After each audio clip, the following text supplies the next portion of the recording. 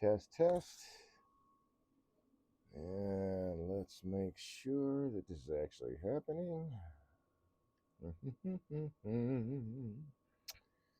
Whoops, no. Wait, what? Oh, come on.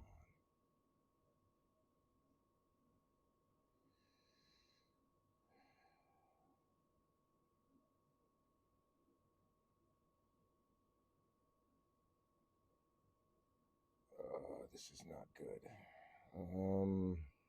Shoot.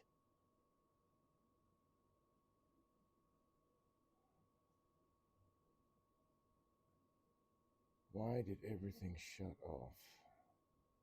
Let's see. There we go. It should be right there. 5 DC.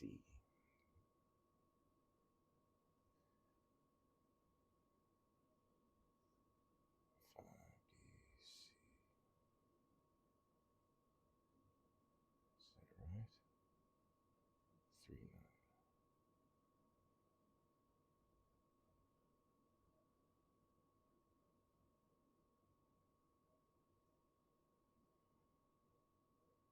9. Oh, come on.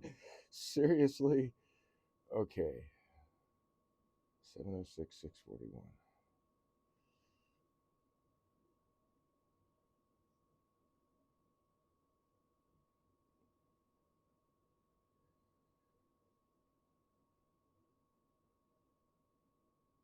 Okay, I am not sure. Oh, Mav is there. Yeah, hey, how the heck are you, man?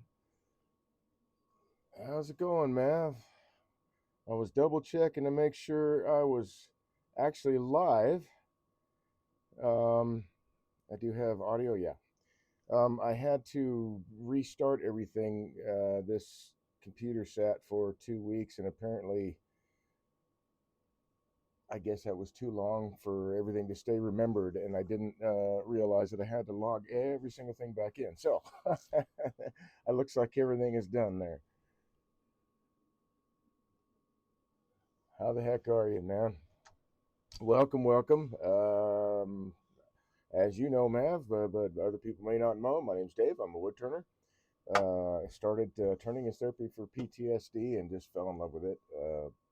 And I really enjoy teaching it. That's why I started this channel to become a better turner myself, but also to become a better teacher and a better demonstrator, um, and to help other people become better turners. That's the whole thing, right? We want to share it down the line. Okay, so I started. Let's move that.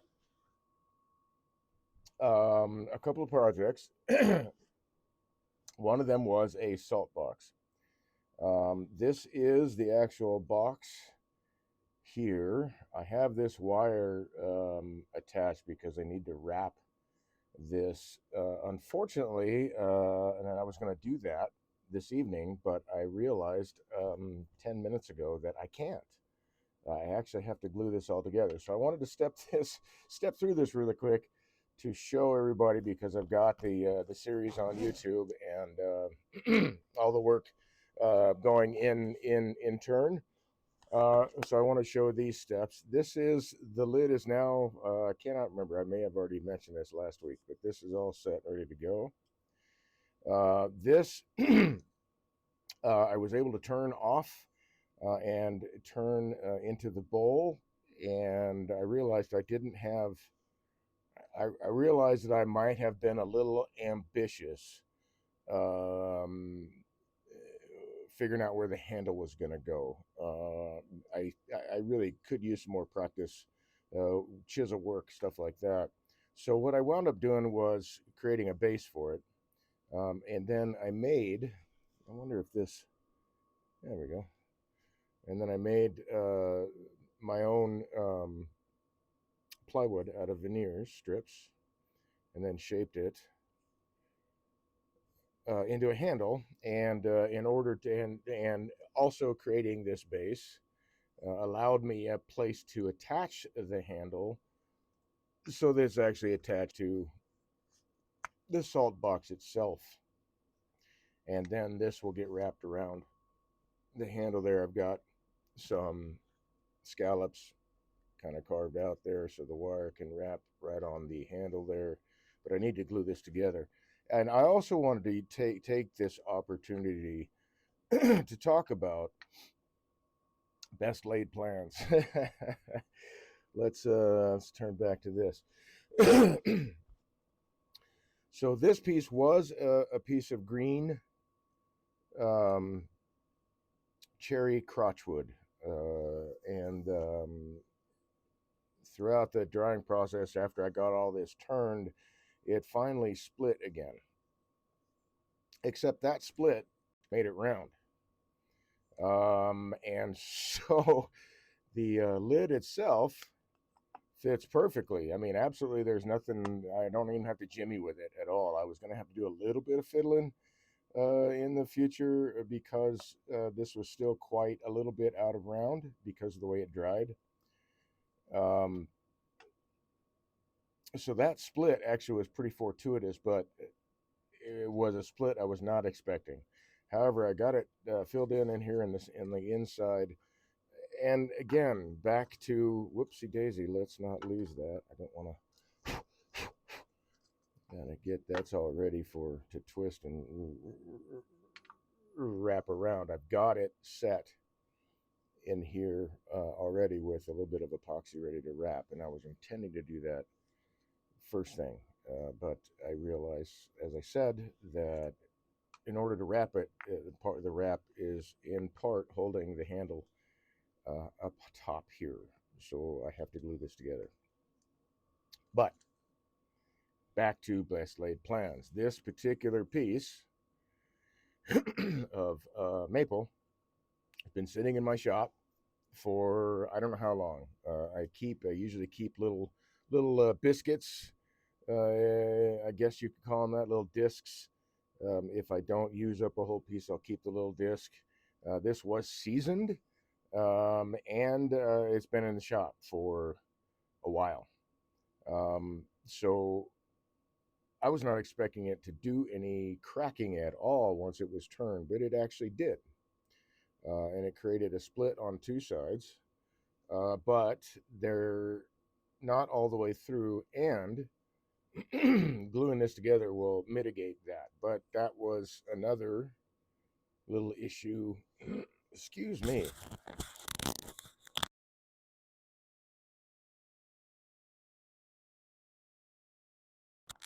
Sorry about that. I had to clear my throat. Um, where was I? Yeah, not expecting that to crack, but I'm not worried about it because this will all be glued together as well. And I will, at the end of wrapping this piece, this lid will go on last, and that I will epoxy into this rebate for it for the hinge. So let's go ahead and spread the glue, spread the love, get this thing going, and move on to the other project a little sooner than I thought.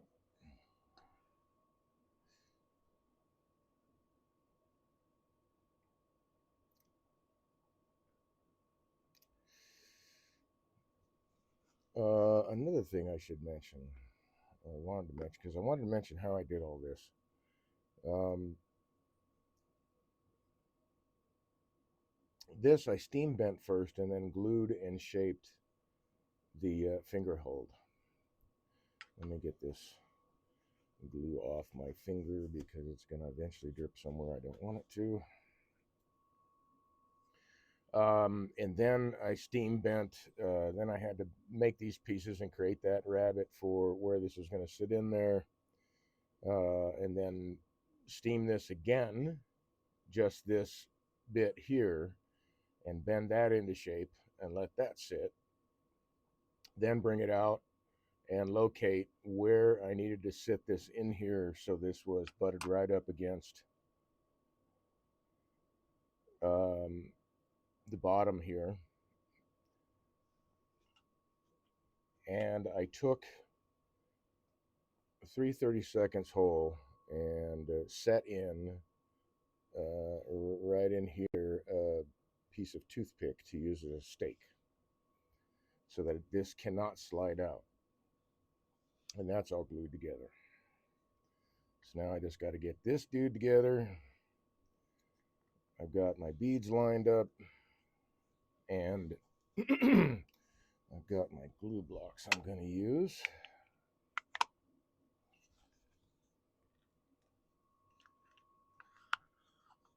And we'll get this guy clamped. Clamp it this way.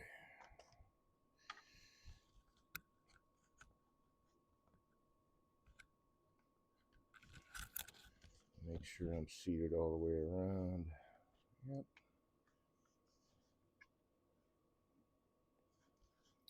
And so here you can see I've turned two matching beads to make where that mates so that it hides it. Not going to burn that line, it just fits together. And we'll let that sit and the glue to set. I will be right back. I'm going to take this inside.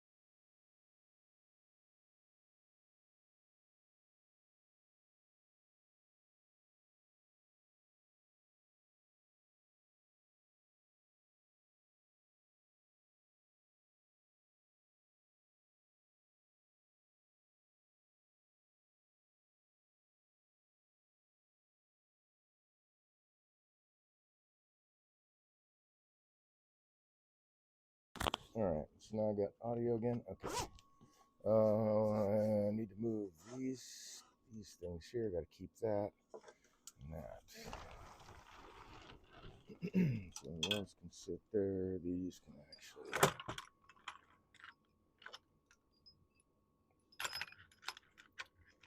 Go right in there.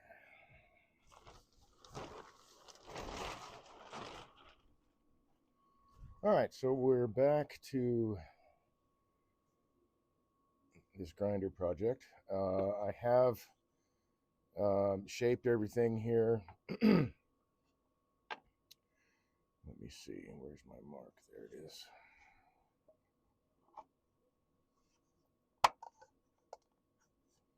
So that sits all together like that. I think this is probably a better view.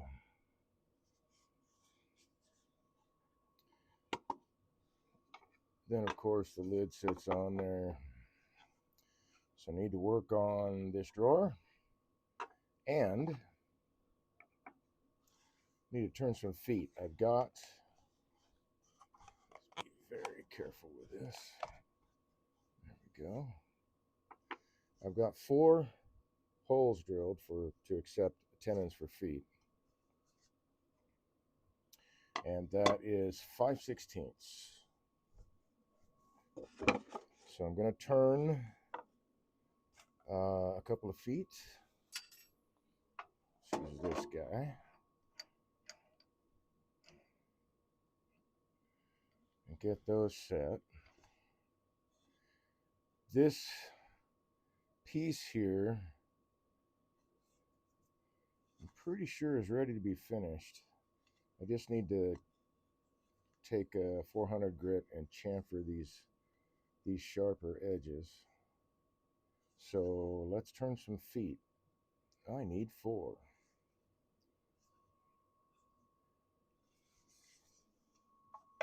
And I decided to go with this stuff. This is from South America. I honestly cannot remember its name. I believe it starts with a C, but it's really, really pretty wood, and it's got some insect markings in it. It's really light, but it's really, really hard. It's an interesting wood, so I think it'll make really nice feet that will last for a while. Not that I expect them not to last, but they hold up being scooted around and all that. So let's see, I think I'll just take it out to here.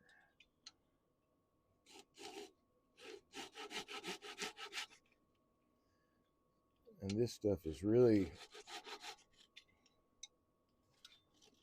what do I want to say, dry.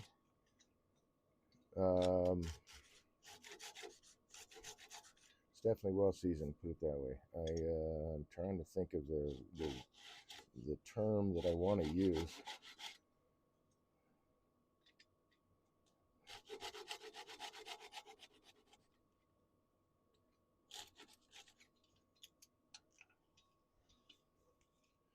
But I can't, so we'll just move on.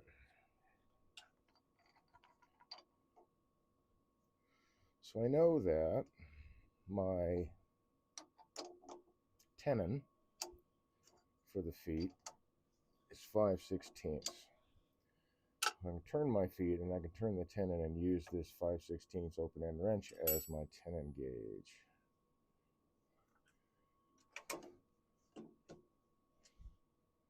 I like to do that. This like I got this one. Let's see, which one's this one?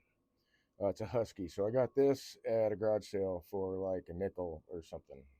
And it's brand new. I've never used it for anything other than wood turning, just a tenon gauge. That's all I've ever used it for. I've got open end wrenches. I didn't take one out of my kit or set or whatever.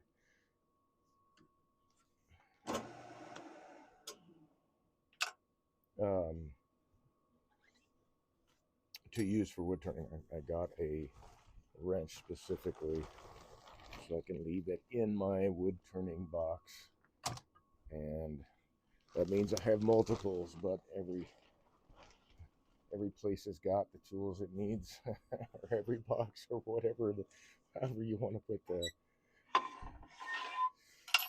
Okay, let's move that key. Oh, there they are. I was looking for my glasses and they're right on top of my head. Okay. So I want to be at about halfway up, where my handle is parallel to the ways. The plane is, right now it's pointing perpendicular, but it is parallel. However I turn it, it's the same height from the lathe all the way across, if I'm making sense. Maybe I should stop over explaining. So I want about halfway there, maybe just a shade under, and I may adjust it even from there. And this guy, I wanted to use my larger skew, or my straight skew rather, but I couldn't because I need to get, or I wish to get, one of those grinder rests that's a half circle and pivots right up close to the wheel. The platforms that I have are rectangular and I can't shave the corners off. Basically, the tool steel is a little too short to sharpen it again, or to put a fresh edge on it again like I did with this. So I really need to, and I can't adjust that platform because the supports for it are on the corners that I need to cut off in order to make a half circle. So that's not happening. So I grabbed this guy and put a fresh edge on him, and now I need to hone it, I think. There. Yeah, a little bit.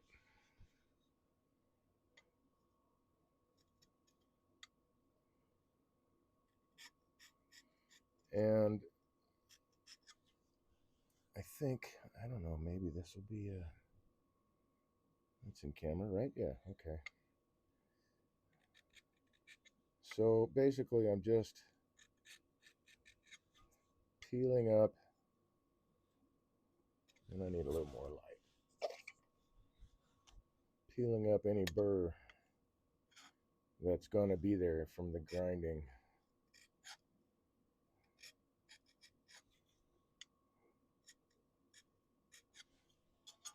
I don't need a lot of pressure to do that. I got that burr on the other side again. So that time I will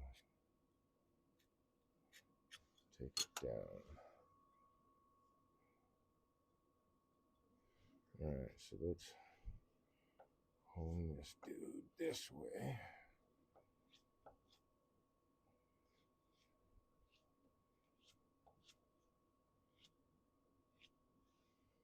Let's see what we got. All right, that'll work.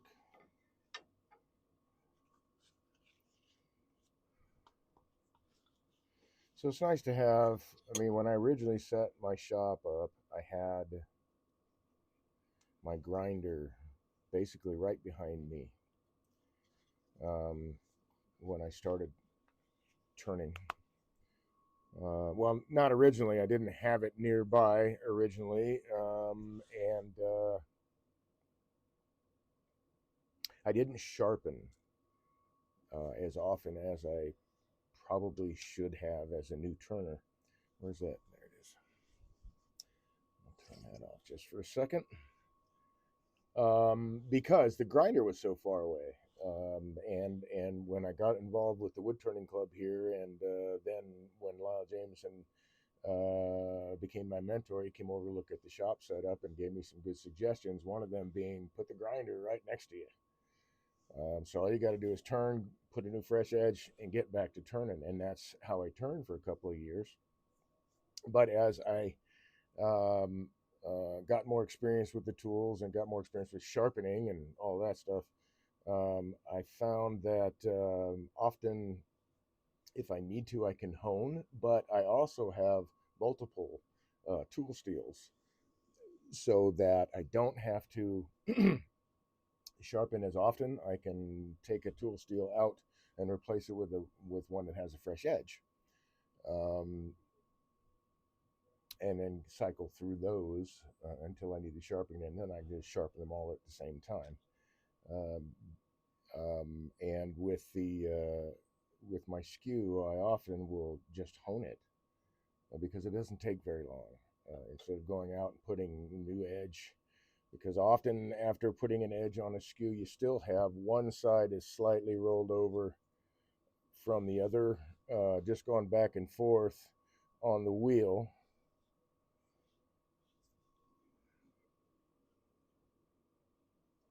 One of these edges will be have a slight burr on it, so you still have to hone a little bit on one edge. But I will often hone because it's very, very quick for me anyway. After lots of practice, at first it wasn't, but now it's fairly quick, and I can hone really fast. And often I have more than one skew going too. So one gets dull, I grab the other one, and then I can go back and rehome them, and just go to town. So now it's kind of gone back around the other way, where the grinder isn't that far away, but I don't visit it as often because I have the tools ready to go, multiples, all that kind of thing. Why doesn't that look right? Should be right. It's square. All right.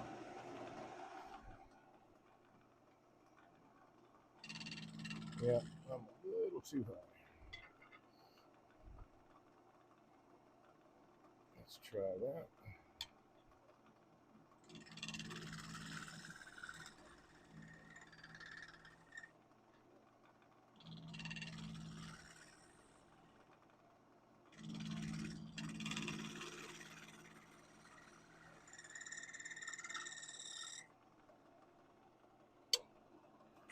So I may have to get other material. I wanted to see if this would work first because I think it's a nice match to the cherry that is the main body of the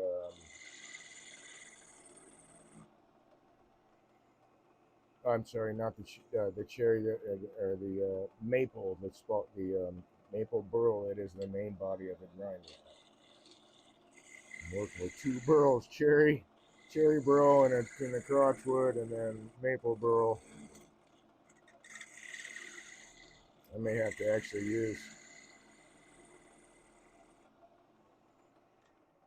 I may have to actually use.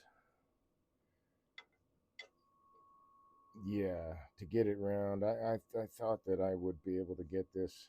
It's not quite square is the problem, which is why it was not looking right in there. It's almost square, but not quite. So this will not work for this anyway. So I need to locate some other wood that would work. And hey, you know, I've got some pen blanks over here. Let's take a look at this box. Oopsie daisy. Come here, you. I've got plenty of material. Oh yeah, I did find that piece of cherry before. All right, come here. Let's see, that is lignum vitae.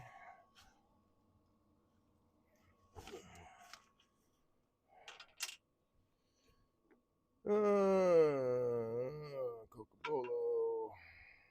Let's see, purple heart. Oh, red heart. Oh, no, this is that maple burl. Let's see. So, what have I got for maple burl, perhaps? That's a nice piece of cocobolo. Let's take a look at what the tenon would be on this. Yeah, a little beautiful piece of wood, a little too small. Okay, this is red heart. That would work. This is cherry.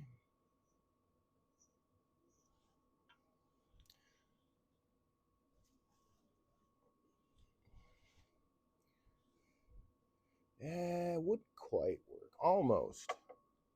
Almost. No, it's going to be too small. Let's see.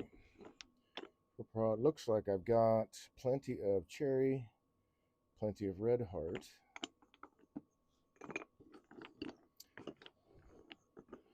You know, actually, if I got a piece of purple heart, that would be Mondo. There. Nope. Bummer. Wait, that's what this is, I think. No, that's red heart. This is Osage orange. No, Paduke. That's what that is.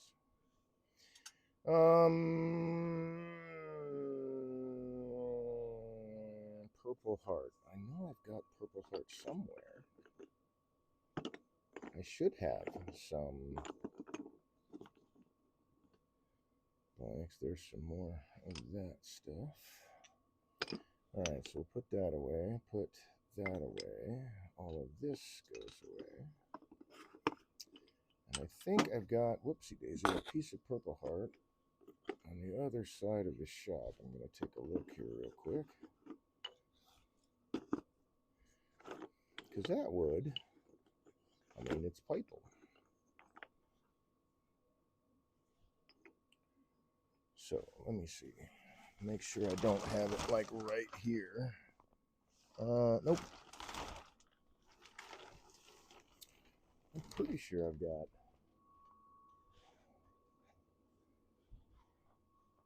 You know, a flashlight would be handy right now. There we go. Okay. Da da da da da da da. Nope. Lignum, cocobolo. Beautiful. Oh yeah, what was I gonna use that for? Really beautiful cherry burl, but thought I had Purple Heart. I guess I don't. Well, all right. So scratch that. We'll go with what will we go with? Da, da, da, da. That's beautiful. Oh, ebony would be cool. Ebony might be all right.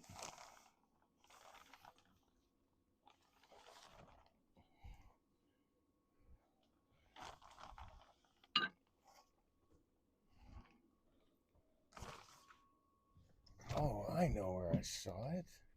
Yeah, there it is. Uh-oh, what's going on here? Okay. I can now shut that off, I think. I'm also at the same time rendering beeswax. And just got it to...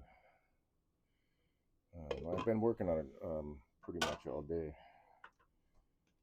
On and off. And had to get it pretty cleaned up. It was a lot of really dirty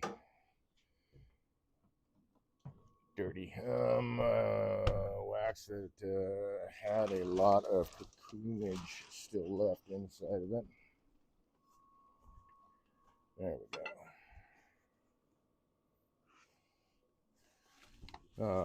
And had to, melt the wax to get that out of there.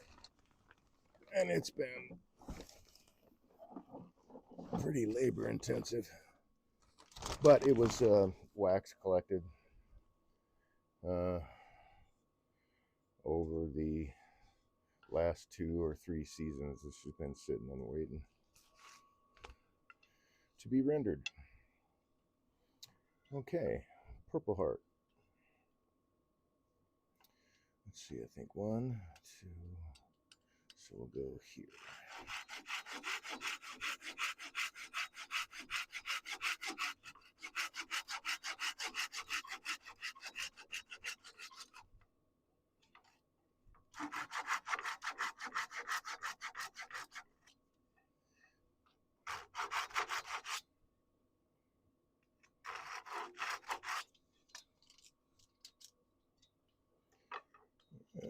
Not quite through, apparently. There it is. Was hoping to keep it from going to the other side of the lathe, but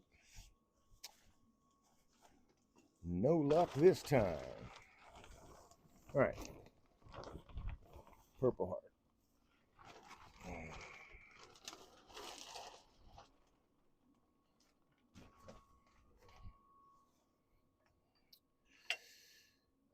Dun, dun, dun.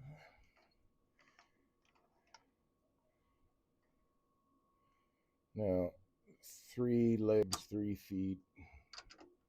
It's a lot easier to level out than 4. But this is not a stool, this is going to get moved around, and it's a grinder, so there we go. That's what I'm after. All right, let's go with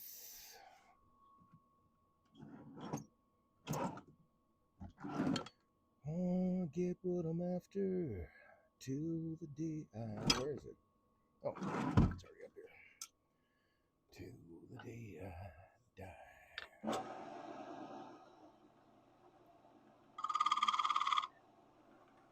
Well, then perhaps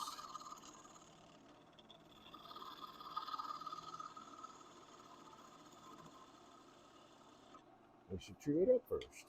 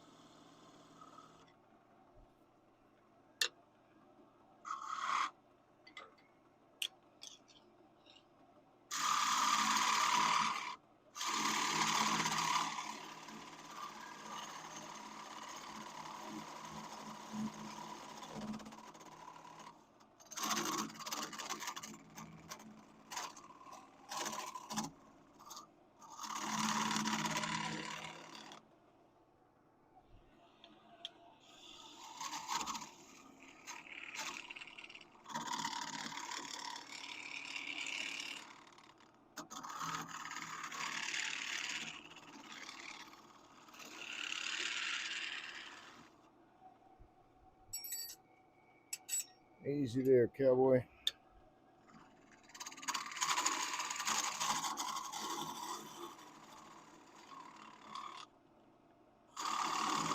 Oh, that's my problem. Need more light. There we go.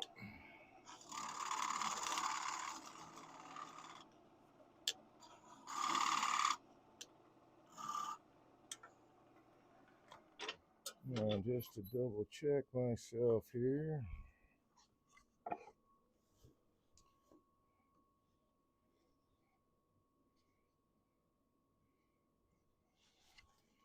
Alrighty.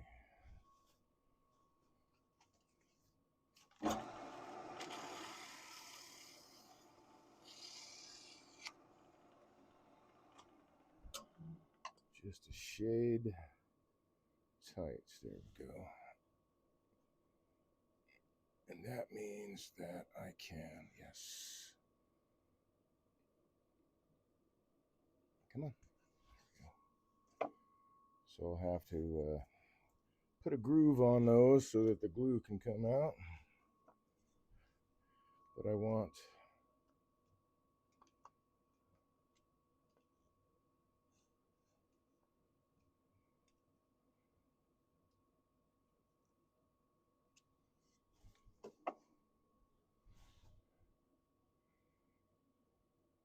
that'll do.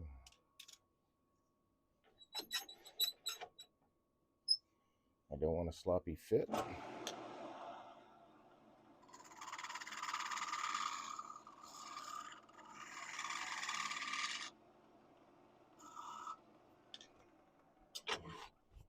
Because can't fix that with glue. There we are.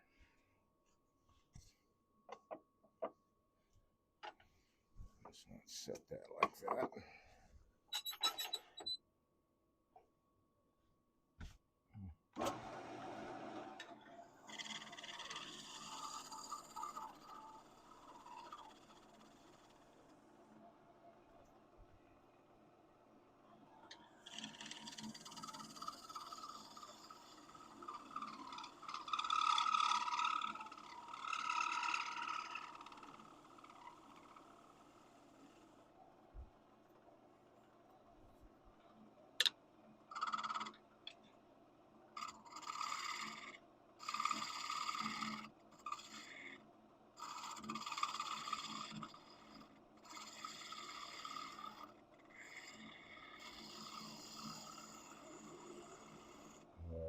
Looking for a good angle to turn this at.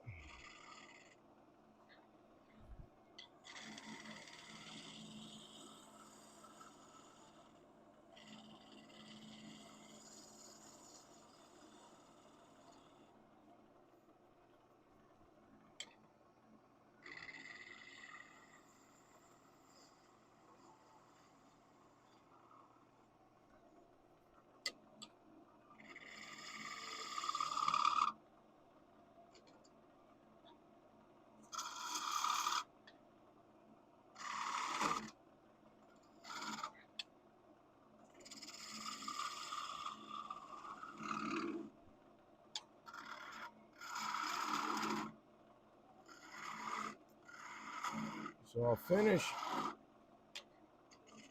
the foot and part it off from the bottom because I'm gonna probably wind up sanding it a little bit, the bottom feet, so that I can get everything level.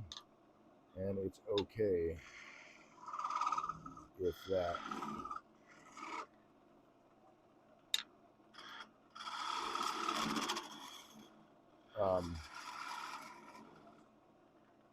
isn't super polished, because that's the part that's going to sit on the whatever surface it's on.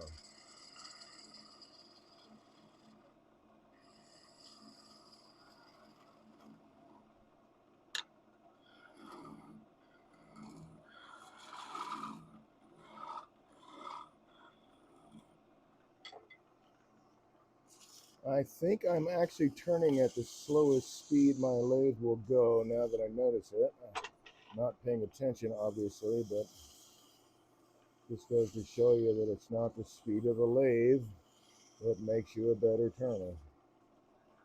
Faster does not necessarily mean better. It's tool control, and more tool control. Alright, so I need to take this down a little bit more if I can. It's as close as I can get.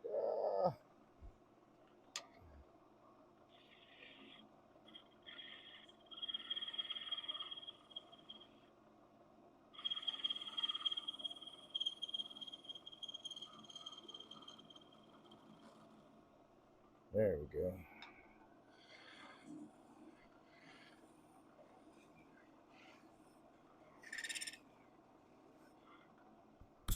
Ouch. Yep, that's a cut. Yeah, I'm gonna grab a band-aid really quick. I just barely touched myself with, I don't know, some point on the edge, just barely.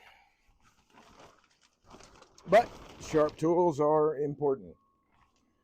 Sharp tools are better to turn with, less frustrating.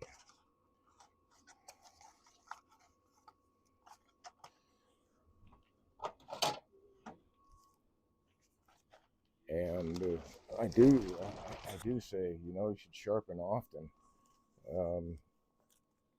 And in a way, I do. I mean, like when I have my bowl gouges, all my gouges set up, I've got 4 bowl gouges, 2 spindle gouges sharpened and ready to go before I start. If I'm doing a demo or something like that, and that way. And sometimes I've found that places that I'm doing demos, you don't have the equipment to sharpen. Sometimes, so it's just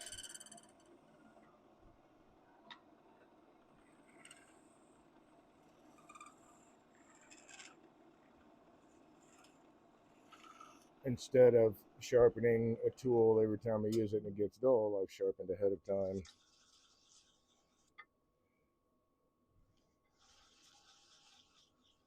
Several tools ahead of time. Still sharpening often, just not going to the grinder as often. All right, so first guy.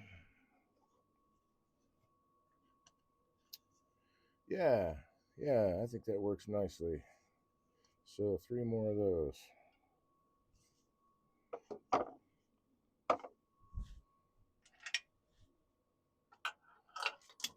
Okay, that'll work. You can sit down there. So let's what am I turning at now? That's 600. Some of the lowest speed my lathe goes is 400 RPM. I typically turn, well, I don't know. I don't know if I do have a typical turn anymore because sometimes I forget that I've got the lowest speed on and I'll just go with it. But usually, if I like to turn about 800 to 1,000 RPM on this lathe, whatever that means for your lathe, I don't know. But try not to get hung up on lathe speed because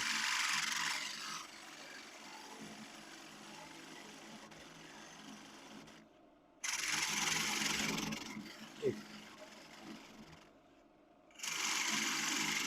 not the speed of the lathe necessarily. If you're having issues,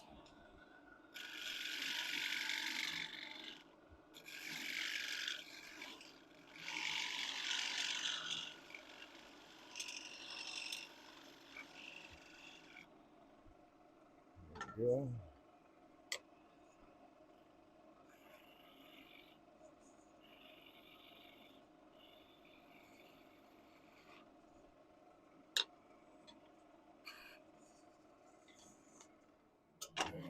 Let's see. It's a little long. All right, let's just move that out of the way. Yep, it's just a bit long.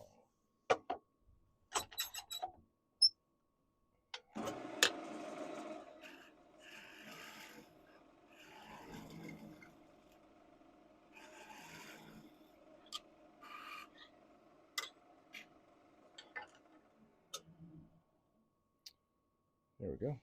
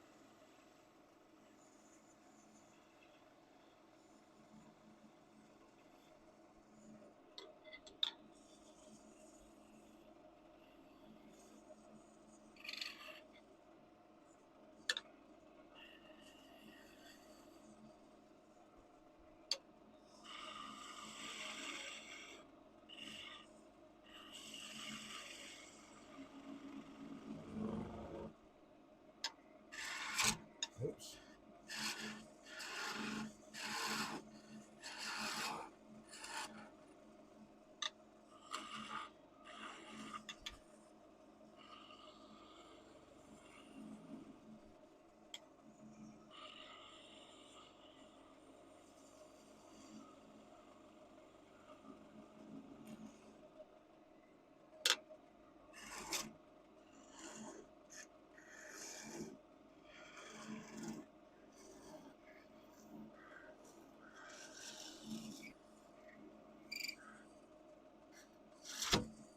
Ah,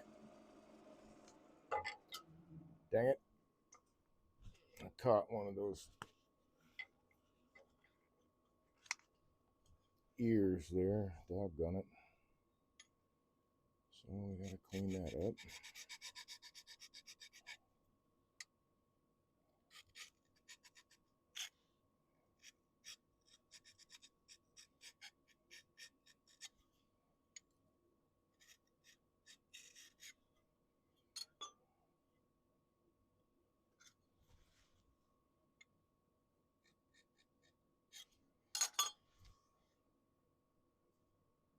Okay.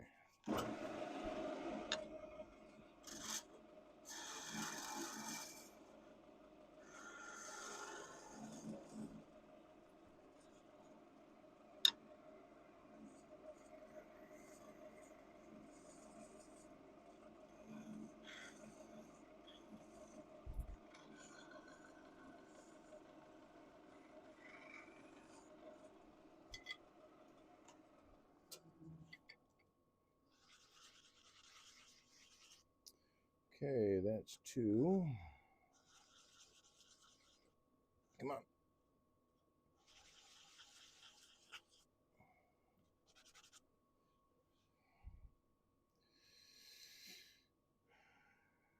Let's get all. Key fell down here. Here we go.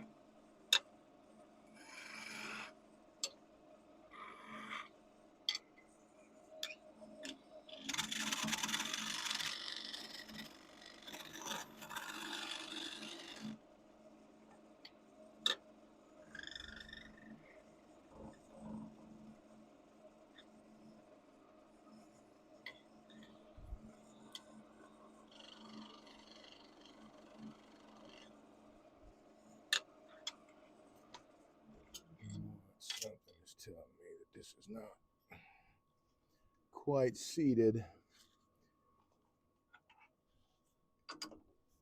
Yep, there we go.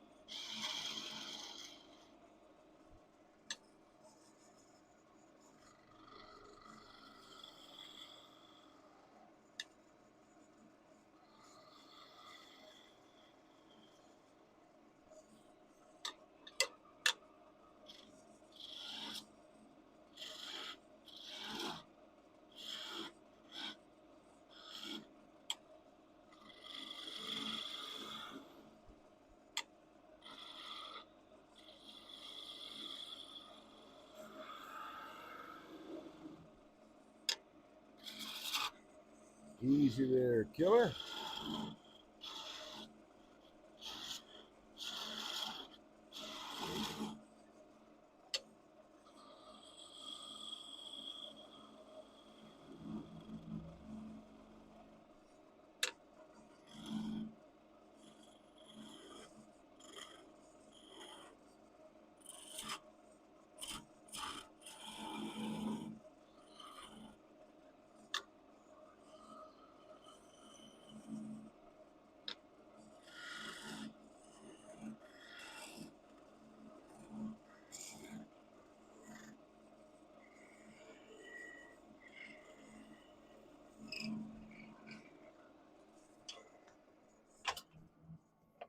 That is quite right. Oh, yes, it is. Okay.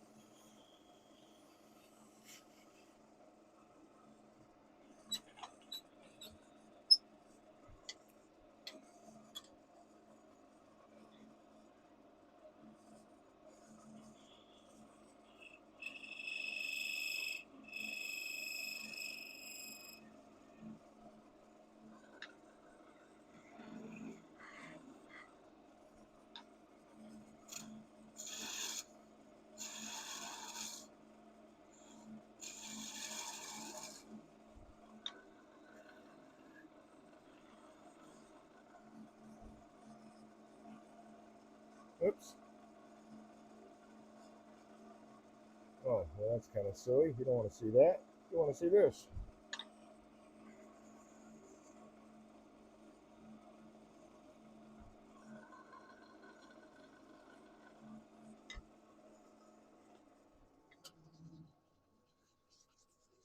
So I'm just taking these to the sandpaper to take that little nub off, put a little flat spot on it.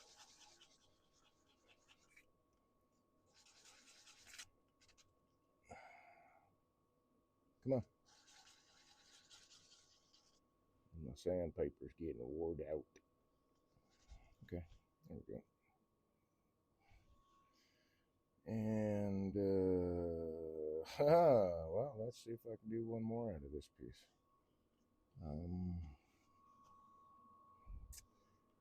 There we go. Nope, I don't have enough to hang on to. Oh, wait. Yes, I do. Wait, do I? Wait, do I? Wait. Yes. Yes, no, no, yes.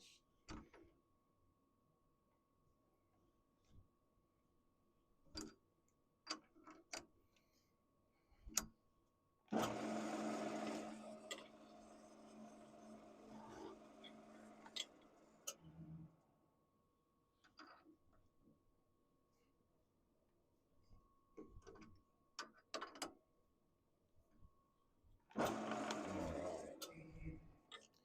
5/16. I've got a 1/4 inch.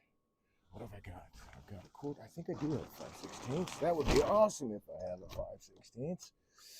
Let's see. I got some little collets for the lathe here to do finial work. 3/8. 1/4 inch. Ah, shit, not quite. 3/8 is too much. How wide does this go?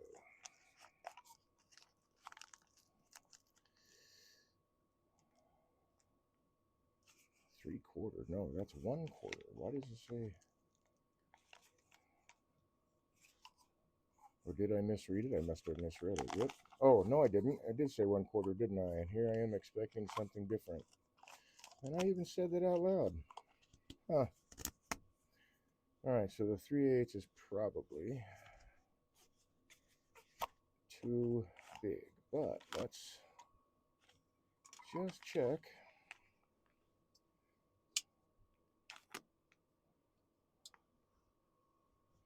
Probably not going to work.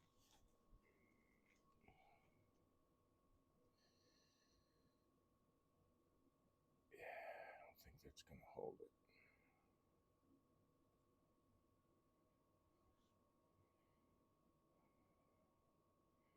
You know, I think, yeah, well, I'll check it in a little bit. This maybe might work. If not, I still got my pin jaws here. So let's set that aside. Let's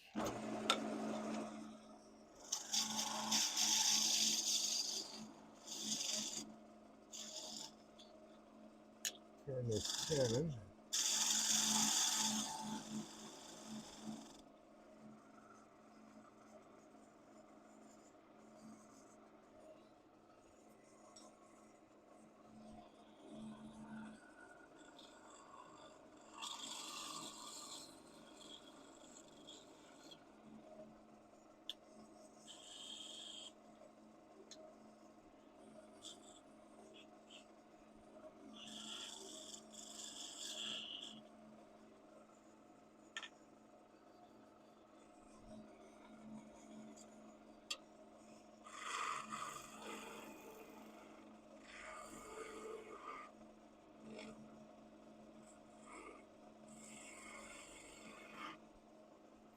All right. So since I'm that close, I don't really have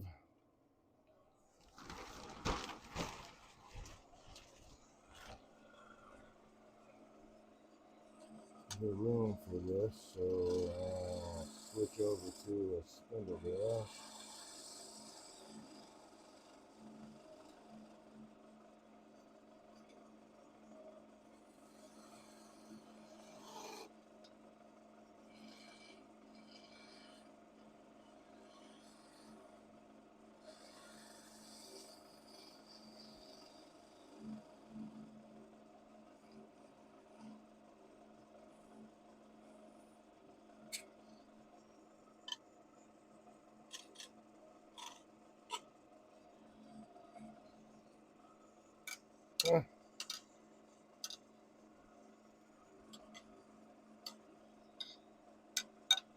One of these is magnetic.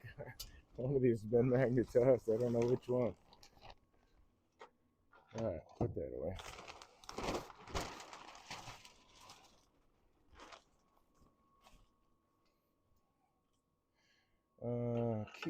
you stay there.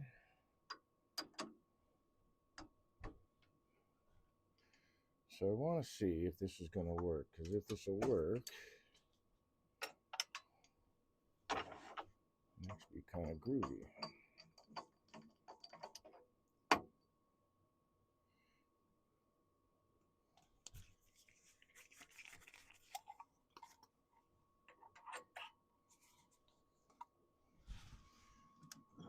Let's get the drawbar out here.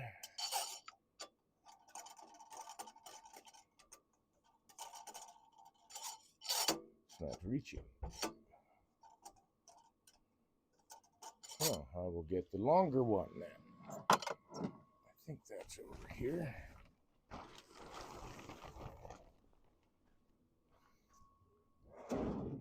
Yep.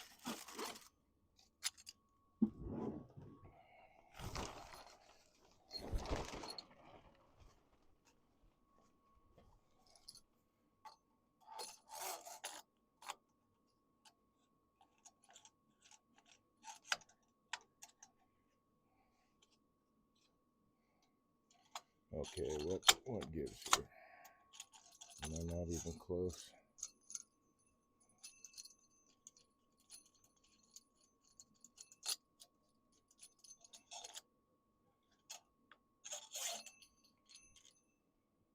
Should be really close.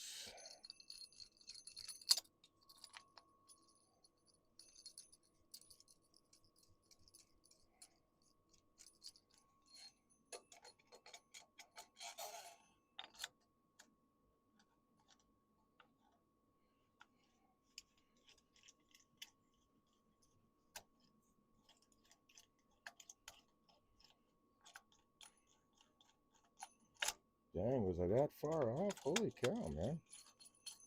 What a trip. All right.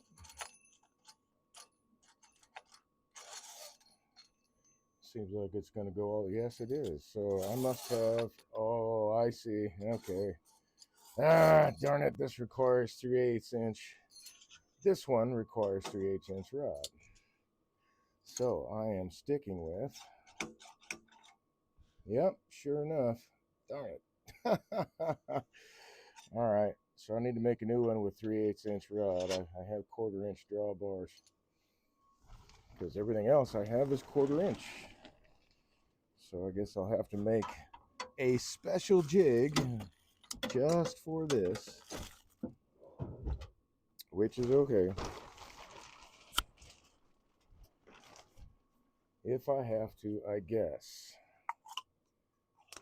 It's kind of a bummer, really. I don't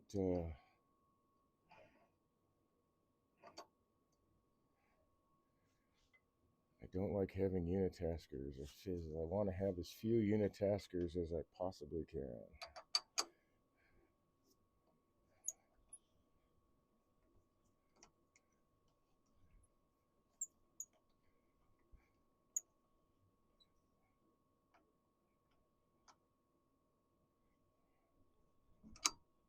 Oops. Careful there, Sasquatch. Don't manhandle it.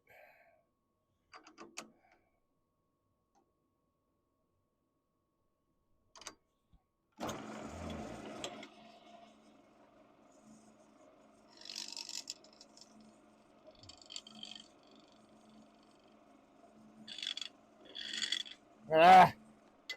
I need 1 or 2 more arms with hands attached and all that so that I can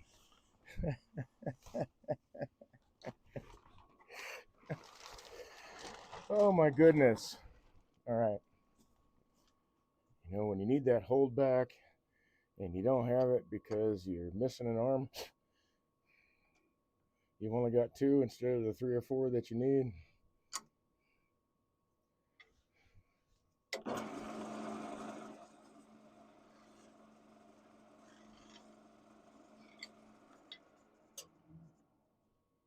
There we go.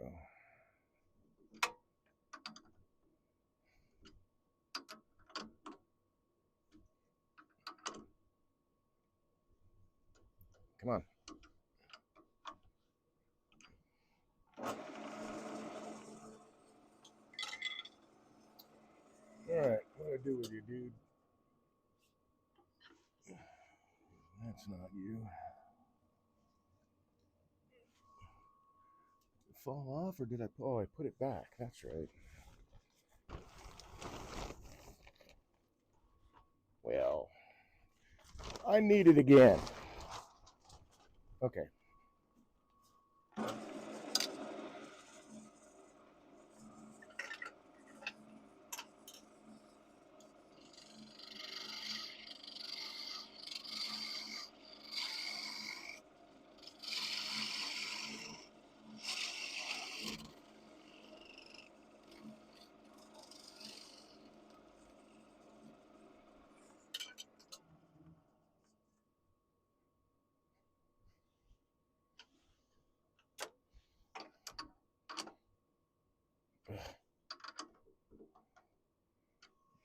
It opened up just a bit.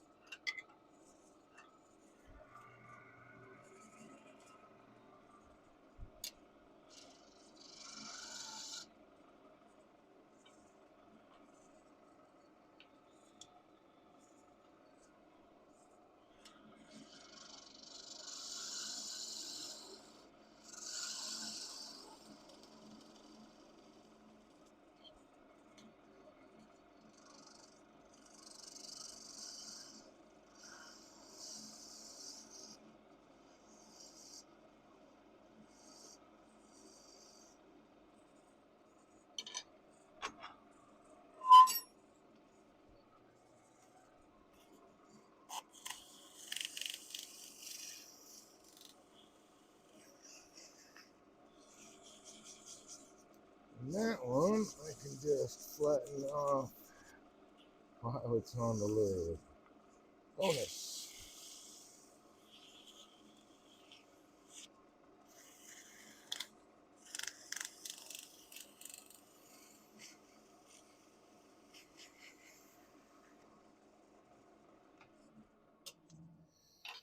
All right.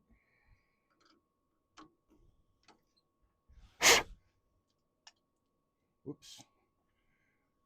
Oh, that one didn't get, so there we are.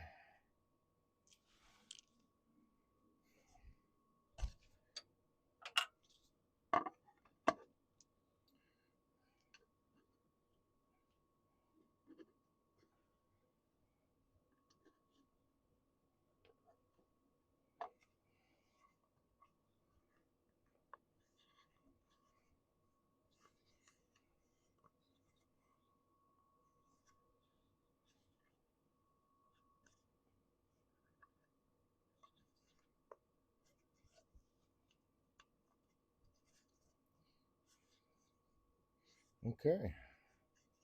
So there's our feet. Just have to level that out. Whoops. Oh, get back here. Okay, next is, let's take these out so I don't lose them. I want to set them right there. There we go.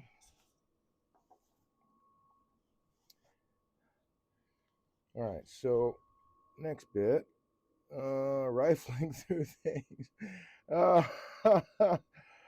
Oh my goodness, Mav, you're full of puns today.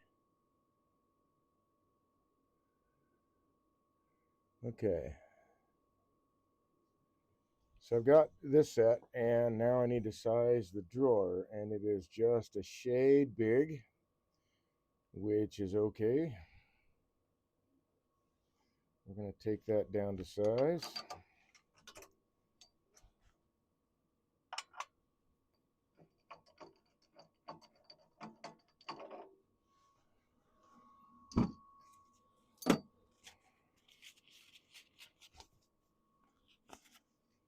That's trash. The key goes into the drawer, Dave.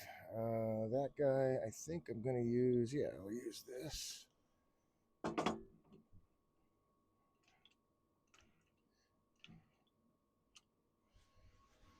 Which means I need that key right there.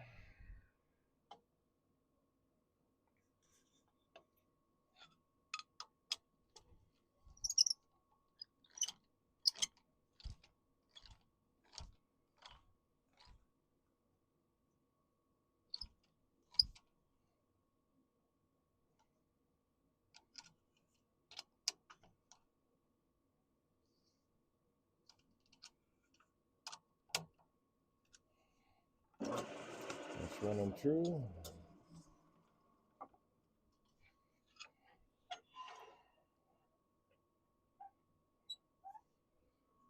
All right, so I can put these two back and that back.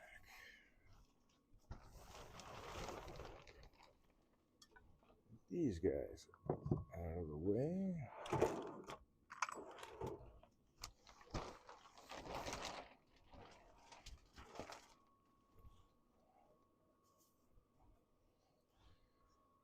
Which means actually I'm done with that guy.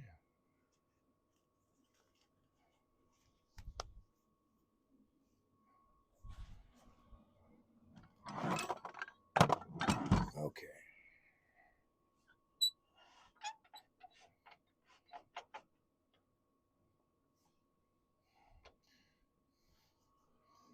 Ta-da-ta-ta.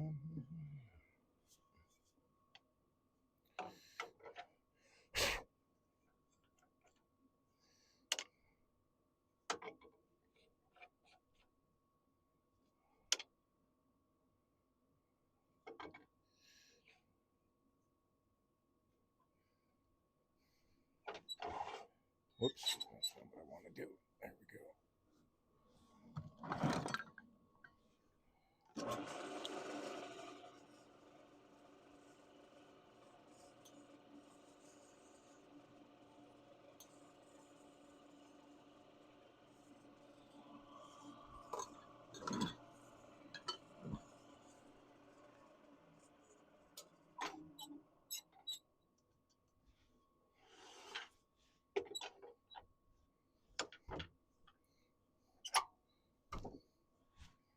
So I got to do a little bit of shaping here, because this kind of flares out right at the bottom.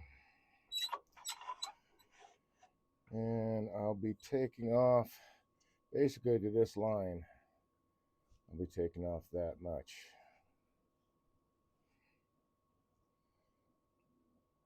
So about a 1/16 of an inch. I may go a little bit more depending on, I don't know, how I think the fit is going.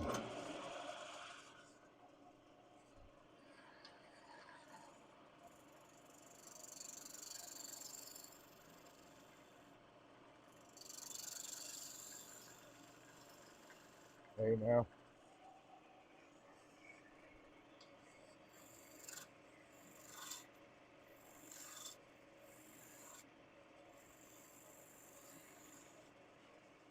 Really careful with that since it's resin and timber. Let's do that. So I'm cutting through both, so I don't want to rush it. All right, now that I've got that, let's see, let's go.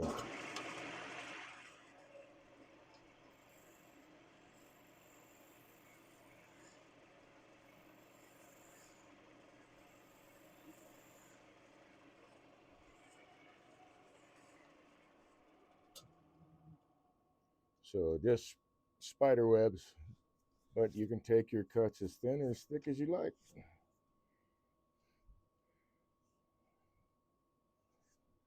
Still not quite right.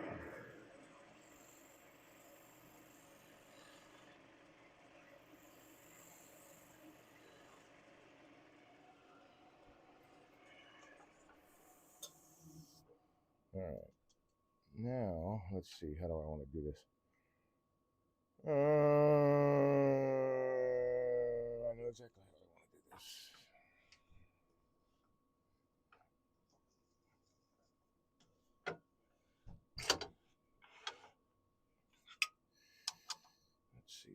number 4. So let's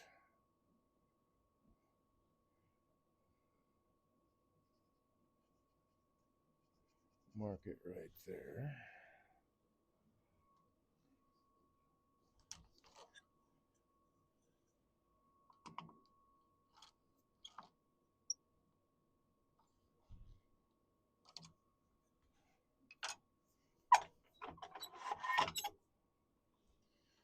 So I do need to polish this guy, but we'll get to that in a bit. Nope. Gotta mask up. Gotta mask up. Okay.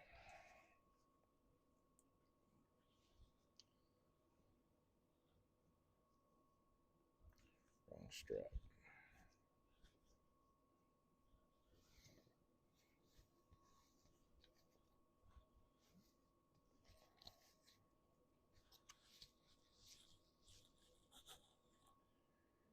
Okay, and a fresh piece of abrasive would be a really good thing right now. Let's see, how am I looking here? You know, I can go through all of the...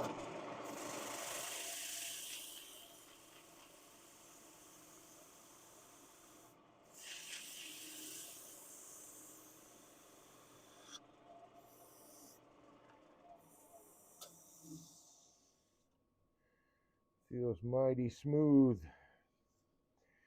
So I'm going to go through 320 and 400 on this since, and I don't need to do it wet sanding either. And of course, those grits I left inside. So,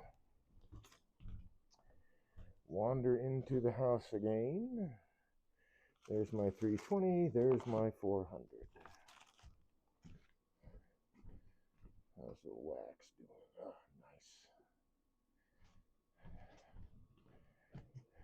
nice.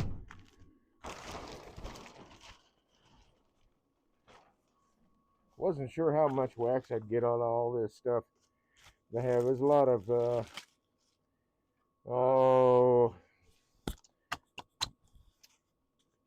new white wax mixed in with comb and some older comb, just a bunch of...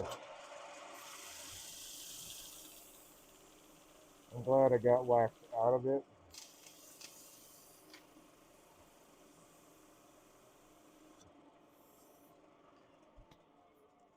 Okay, that's 320, but it's taking quite a bit of work.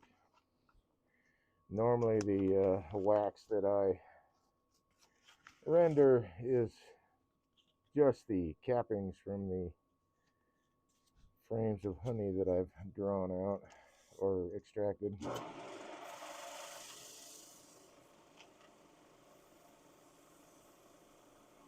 And I take all of those and I put them in a 5-gallon bucket with some cold water and mix them up. Basically, the idea is to work the wax out of it, or the honey out of the wax. And look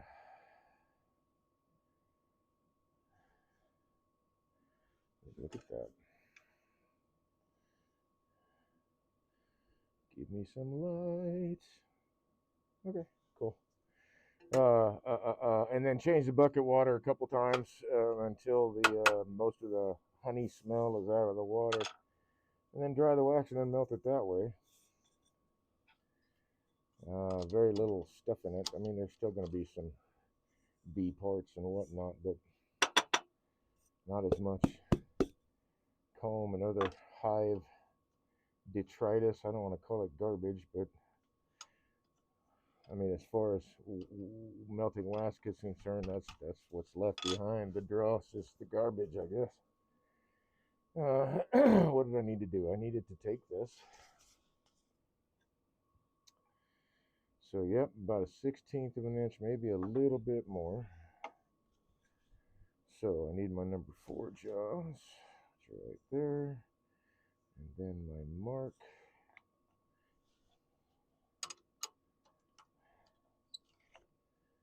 Which is right there.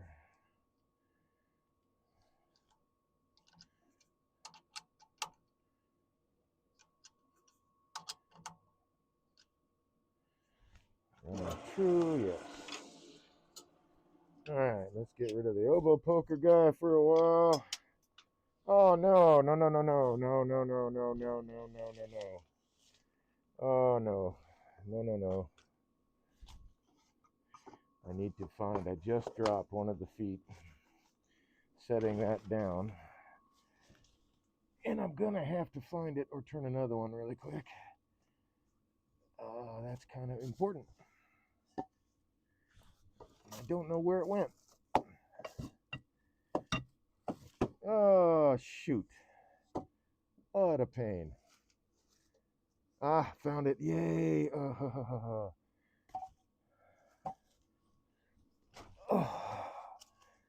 Okay, so time to move the feet to a safer location, because they are small enough to lose in the shavings and everything. There we go.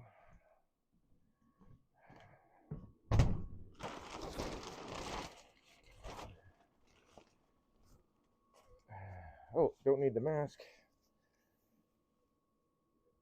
Oh, you know what? I'll leave it on though, because I will need to sand the bottom. So let's bring this guy over.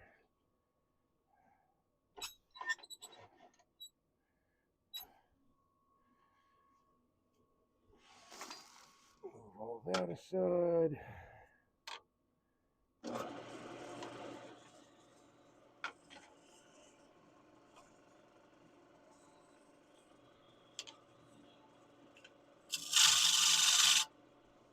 Oh, what in the world? Oh, that's a good thing, man. Nah, Mav says safety first, which is a good thing. Because I just realized I didn't have my safety glasses on. Now I do.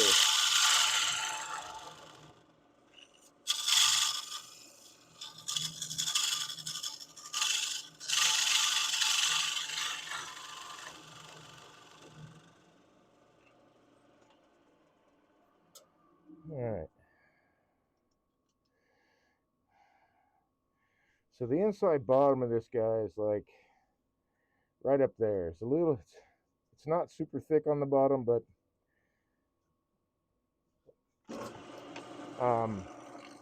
it does have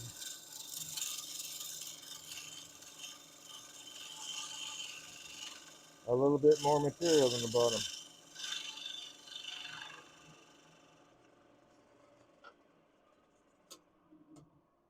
It should have been a straight cut. Oh, look at that. Okay, don't need to move that, just need to do that. Now, where do I set the key? There it is.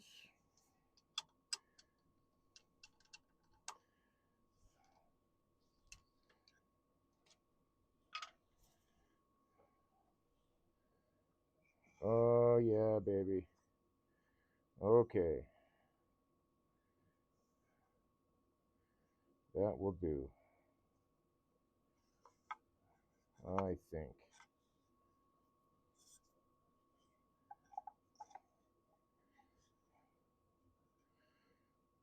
Yeah.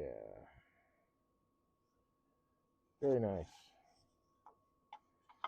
So that should slide in and out no problem. And that, let's see, which is the front here?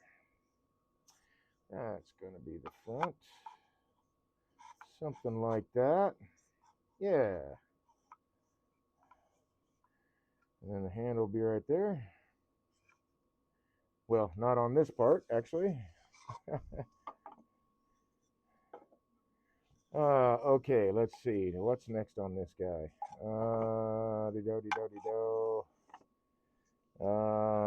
Let's see. You know what? I think. Okay, let's do this.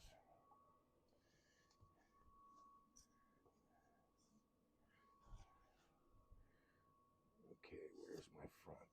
There it is.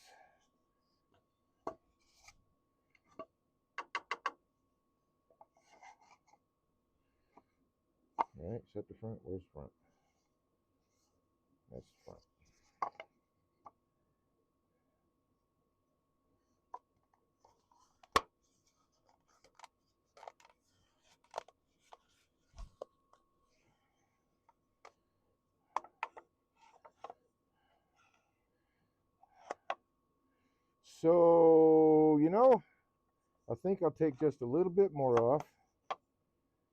Just a bit. Another 16th of an inch.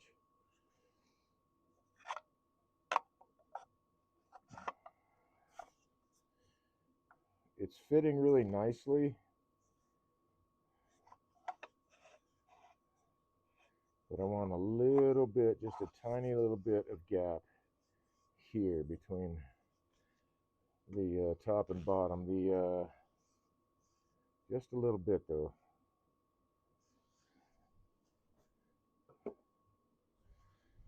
So I'll shave off a little bit more.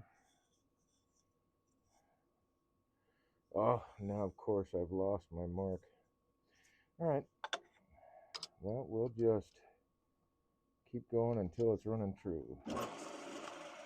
It's not quite running true. Gotta be careful. That's sharp edge, man. That is sharp. Not running true.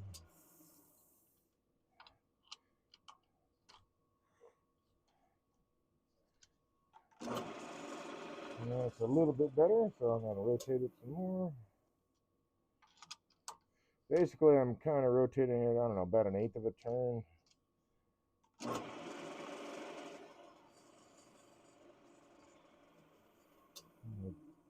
What is that? What was that?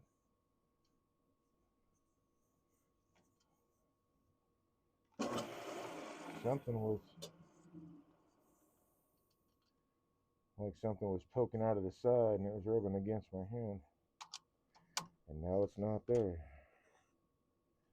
It's haunted. Oh, nope, back a 1/4 turn, 1/8 of a turn. We'll go back a little bit.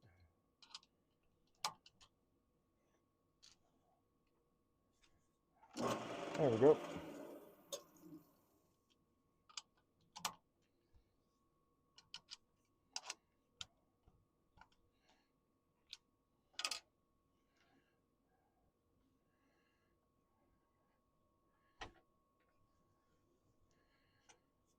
So, as I said before, it's very, very important not to vary your speed across the surface of whatever it is you're turning. And when you, here I'm just going to the middle, but if I speed up, I could get picked up and slammed down because this is going up while this is going down. I just want to go as fast as my tool can cut.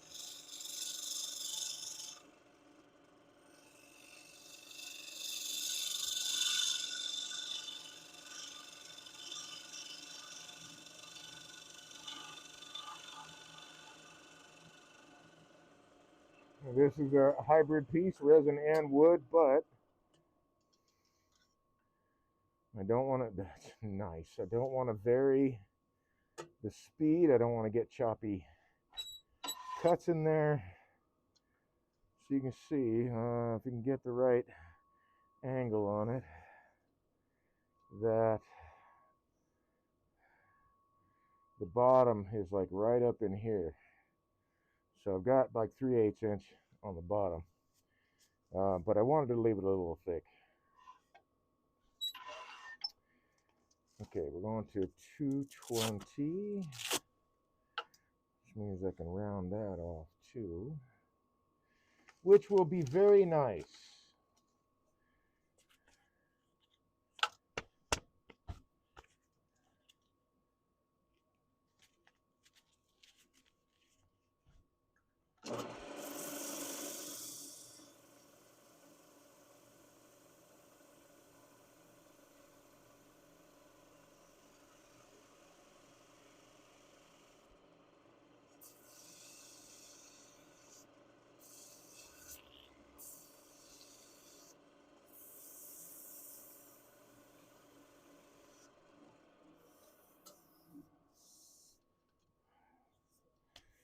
Definitely no sharp edge there now. Okay, next one is 320.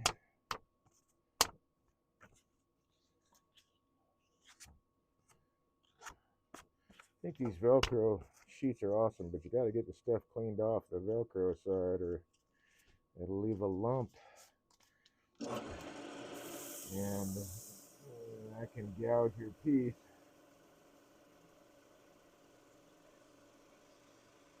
I guess, you know, with Stickum,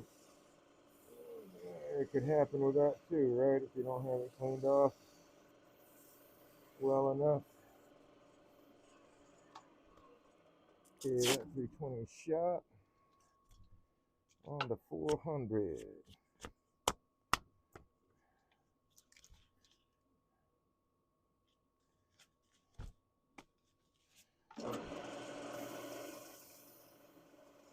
So I'm not putting tons of pressure against it, just holding it firmly against it. I want to be able to move. Not trying to choke the life out of it.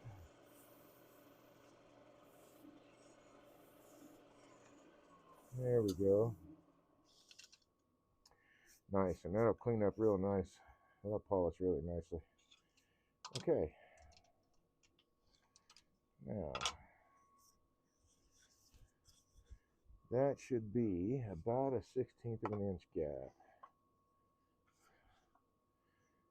Yep. That works for me. Just a bit. And then what I can do is what I figured out is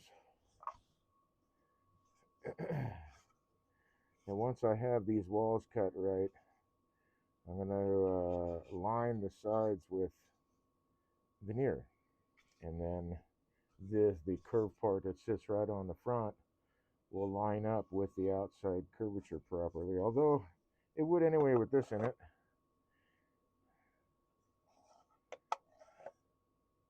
For sure.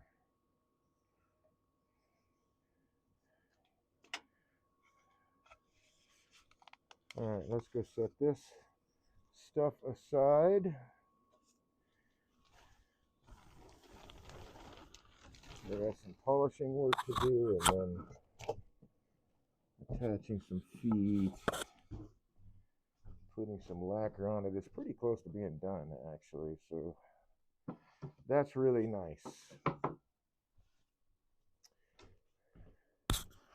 It's been an interesting project because I can take the mask off now. Oh, there we go. Interesting project because it's all been a custom, you know, one-of-a-kind build based on the designs, but the designs call for dimensional lumber, and I wanted to turn it. Okay, I'm now moving on to, let's see, I think I got a piece here. Might have two I can turn bowls out of for the empty bowls thing coming up. Oh, not that one, obviously. How about this guy? That's an interesting growth. That won't make it. Okay. Next on the list. Wait. There we go.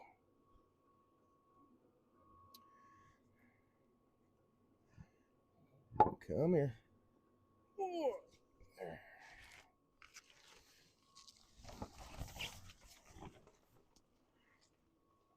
There. Okay, so this piece of crotchwood. There's pith here. Oh, you're not looking down on top of it at the moment. See if that helps a little bit. No? Okay. So I got a pith right there. And a pith right there. So they're pretty much across from each other, but they're removed from the tree all the way through the crotch piece. So I'm going to turn this guy.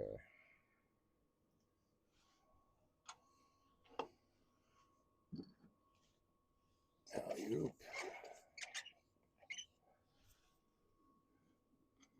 So we'll start between centers. Put that in there.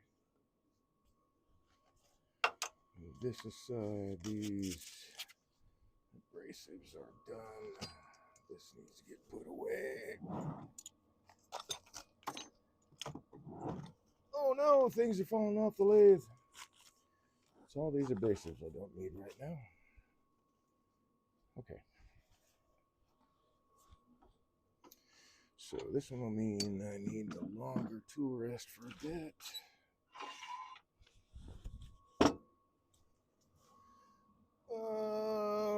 Where are you? There you are.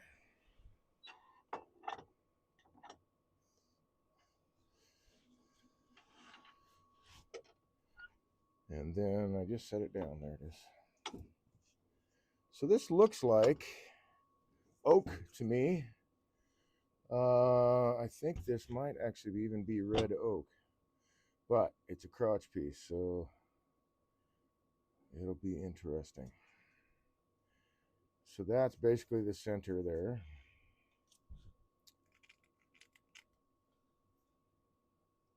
Oh, I see. Oh yeah, very dusty. Now I see why that's not so clear. Okay. And that actually, right here, if you can see that line, is where these two branches actually meet inside the timber. This is just down below the crotch and the bark. So that's going to be my center here. Is that.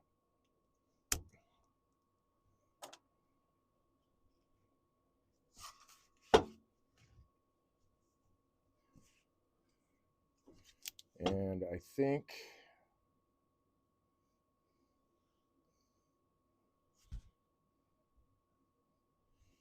that this will be really close to the center I want.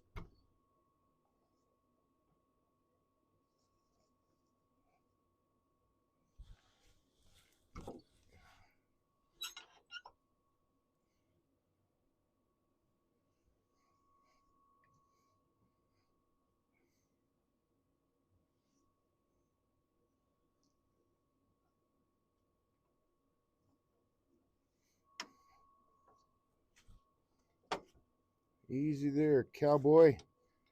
Come on now. There.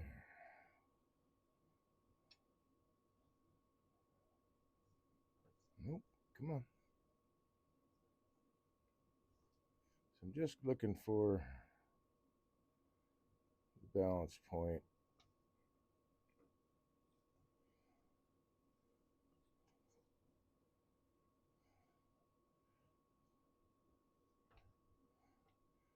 And that is, whoops. That's not it, is it? Nope. That's a different hole.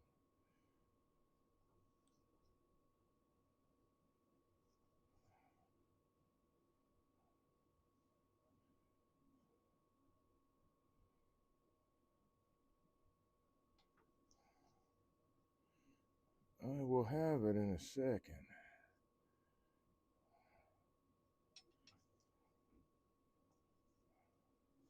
There.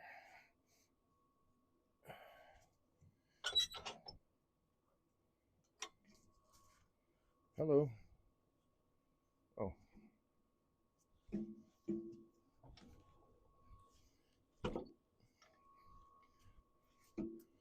It was spinning freely, and it shouldn't have been. I couldn't figure out for a second why.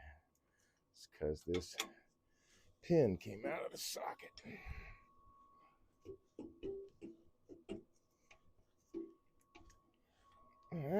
that secure.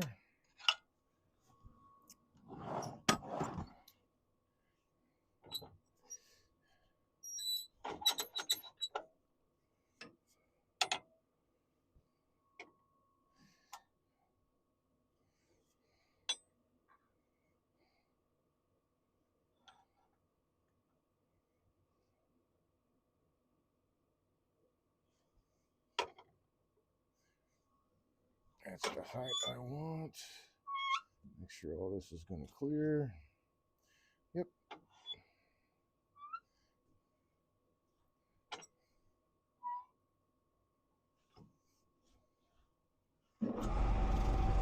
So not much vibration, although I do just realize that my computer is no longer covered.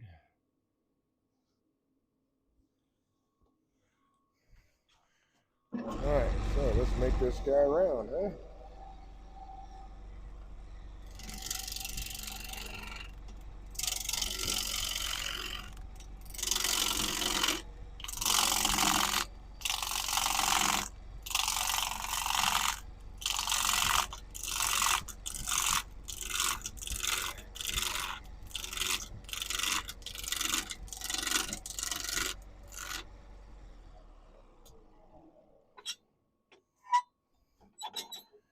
Your preference of tools to make things round is entirely up to you.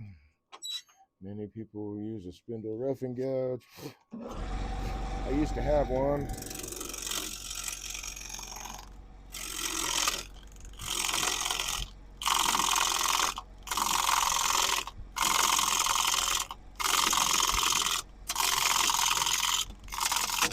Hello, I knew something was going to come off.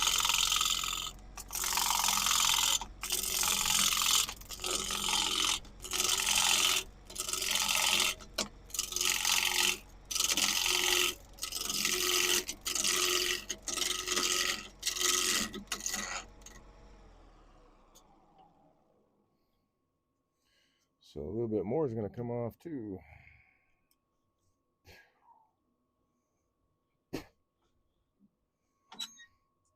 Yep, that's red oak.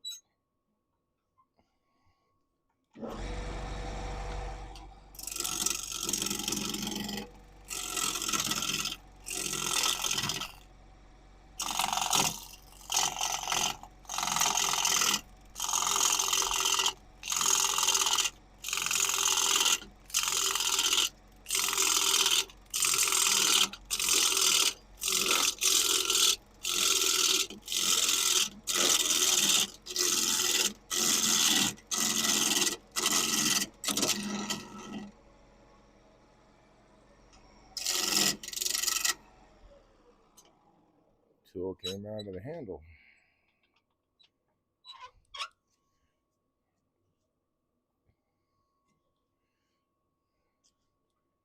All right. Anyway, yeah, I used to have a 1-inch spindle gouge, but I got so used to rounding things out with bull gouge and not having to change tools.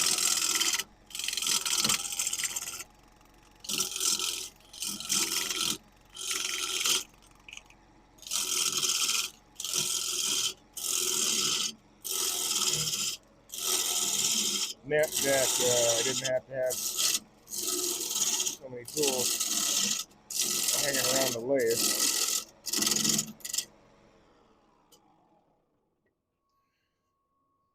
Golly, look at that. Oh, I don't know if you can see that. Whoa, wow, that's just underneath the bark, and that is just beautiful. Oh, man, I wonder if I can save that. That is cool looking. Let's see.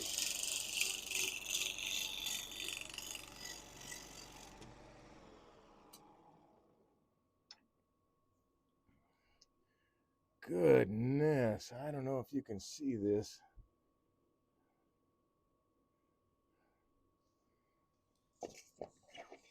Really unusual pattern here. That's just beautiful.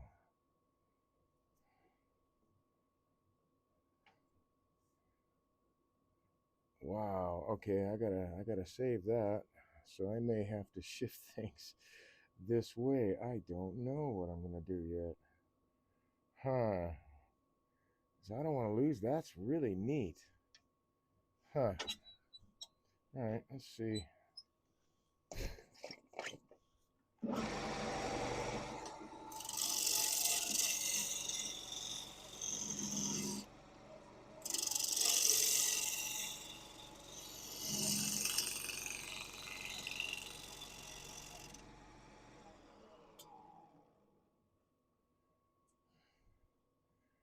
Golly, that's awesome. All right, I'm going to wind up shifting things over. I got a little bit of it here on the other side. And you see all that figure. That's just phenomenal. I have not seen wood pattern like that before. I've seen similar stuff just underneath the bark, but this goes deeper than that. And it swirls and swirls, and it's just cool, man. Wow. Okay, let's see. Let's see what we can do over here.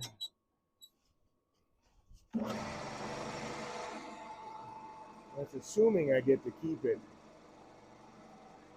May not be able to keep that.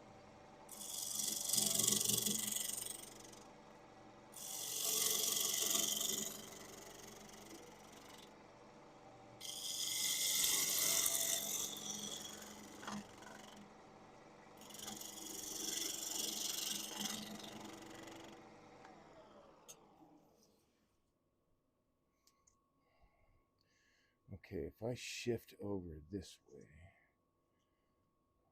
that means this is going to stay. Ooh, it's got some beetle trails.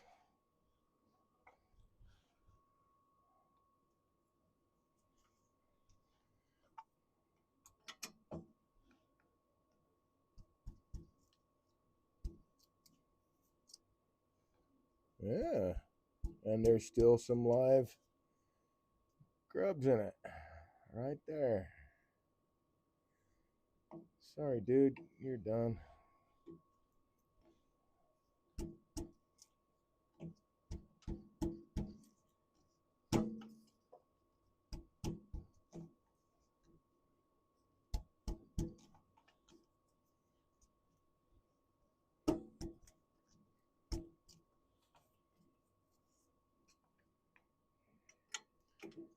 Yep, got them through here too, but that's pretty much. So I can see more of that. I guess it's just underneath the bark on this particular tree. That's just really pretty cool looking. Okay, so big split there. Ah, dang. All right, let's take this down.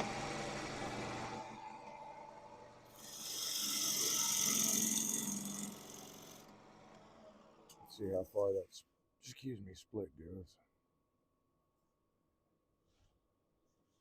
Pretty far. Well then.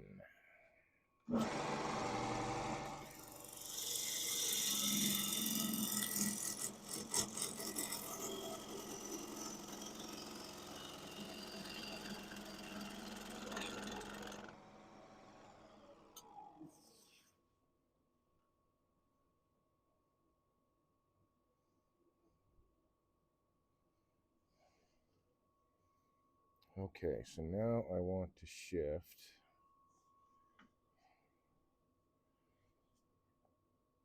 Because I really want to keep that. That looks really, really neat.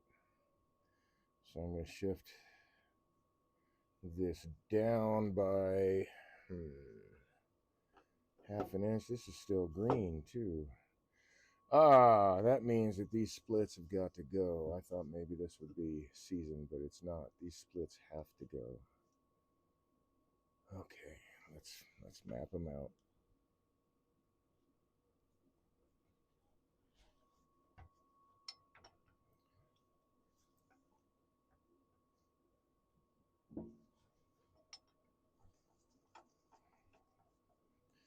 Let's map them out. All right, this one goes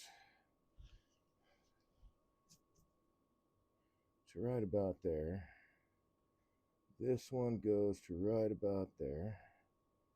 This one goes to right about, I'm not too sure about that. I think right there. Okay, this split goes all the way down to here. So that pretty much effectively gets rid of all of that.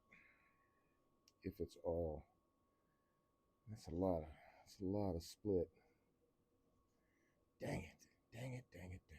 it, dang it.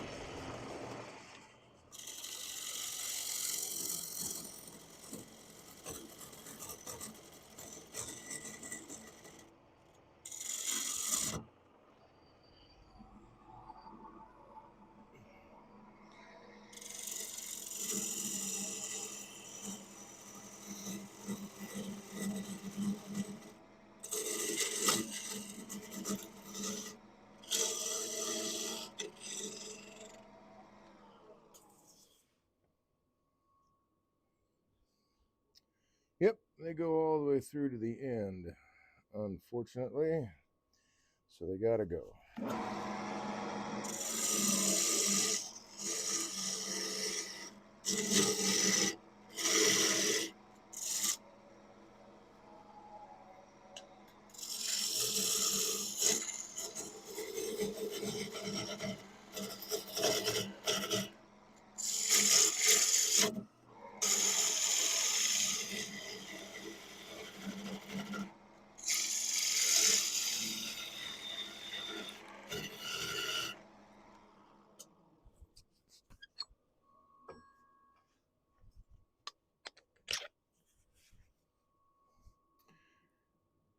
Man, that's some pretty wood too. It's too bad.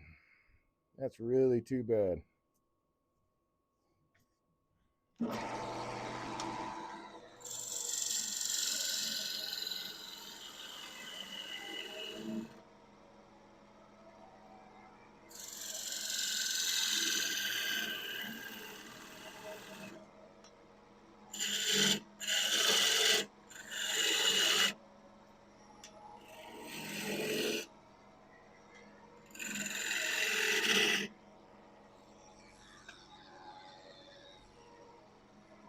Oh, nope, I don't want to set that yet.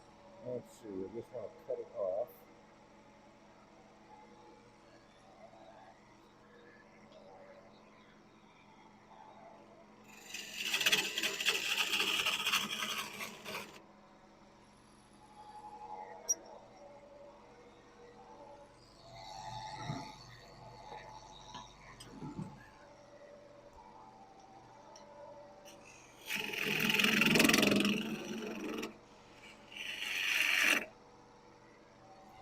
Let's see, I need not that guy. Yep, this guy.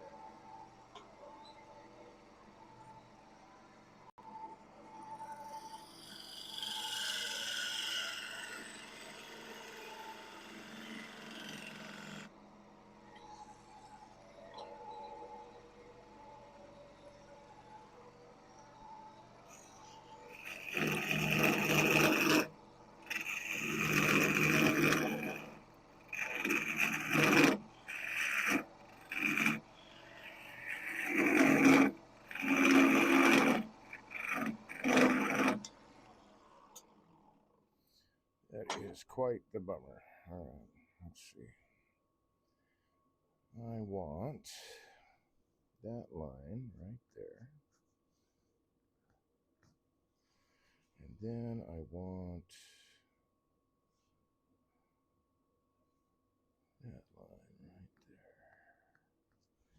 And that should give me pretty much my center.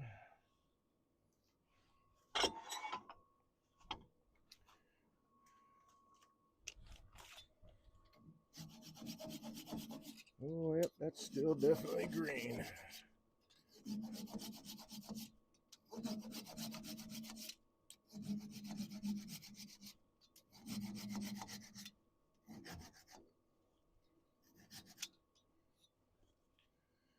Got to get rid of all the cracks and all that stuff, turning green wood, at least in my opinion, for something like this, because, one moment.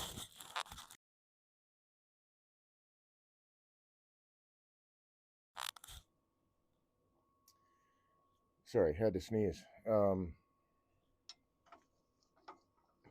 of course, I forgot what I was gonna say. Of course, of course. Yeah, that's some really pretty wood. That's too bad it was all split up, man. I still got.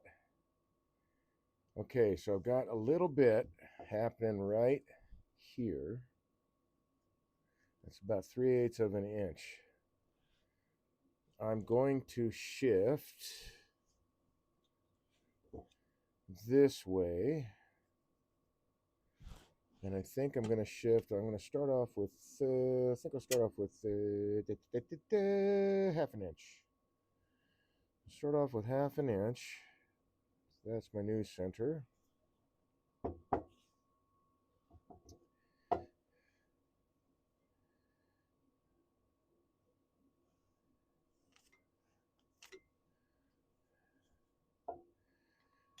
You know, I'm going to have to blow my nose. Sorry, one moment.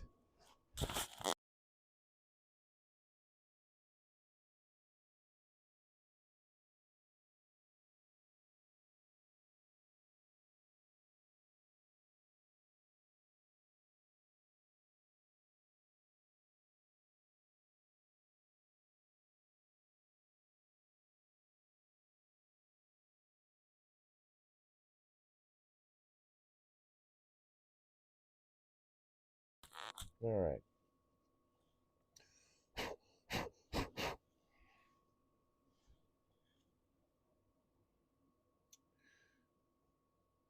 It's really heavy.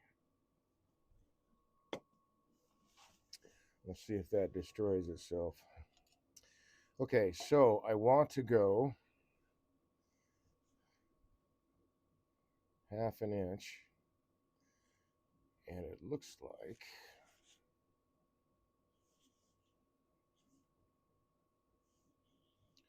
that's okay, but I need to come over to here. Something like that.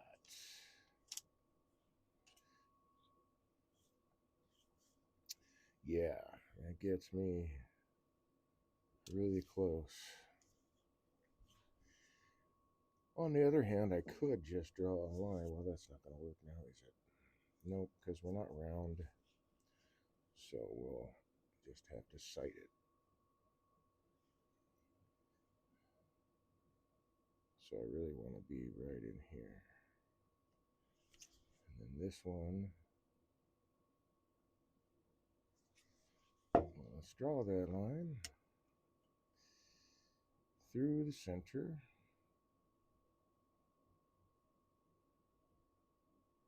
Just like that.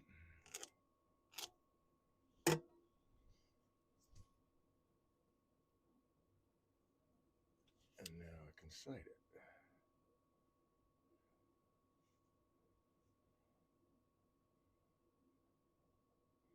I need to be right there.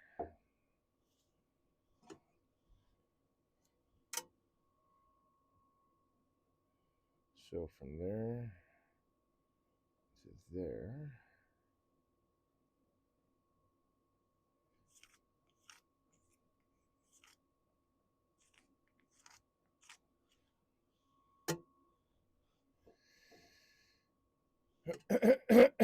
Excuse me. Constant sinus drainage. 7/8, so 2, 7/16. There's my center. 2 and 7/16. 2 and 7/16. So I'll go half an inch. Oop.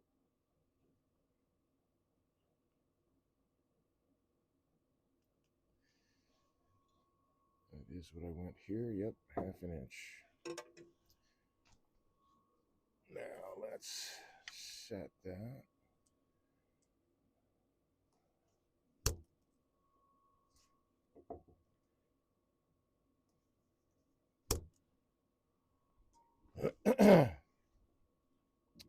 Just going to take it off balance a bit.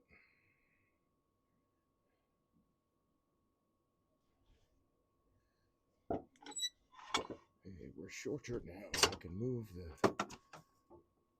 well, I just lost a tool to the shavings. There we go.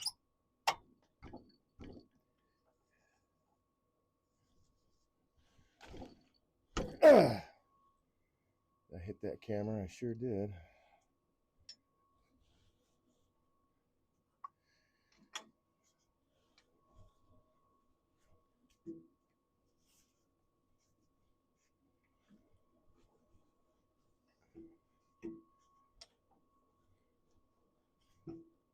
So that essentially should take about an inch off this side. Wander over here and get this tool. Parting tool took a dive.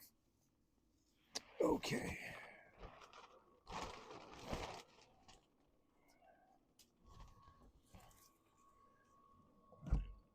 Put that guy away anyway. Okay, there we go. Okay.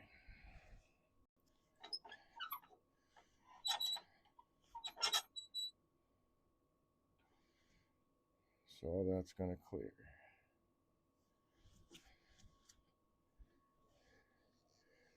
Oh, shoot. Sorry, one moment. I'm going to need to blow my nose again.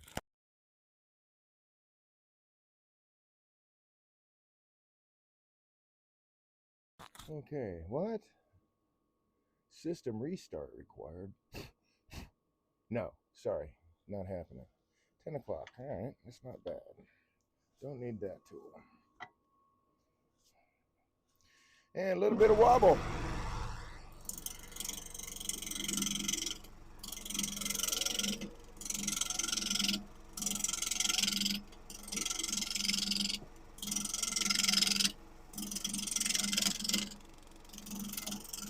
Something's going to come off here in a second.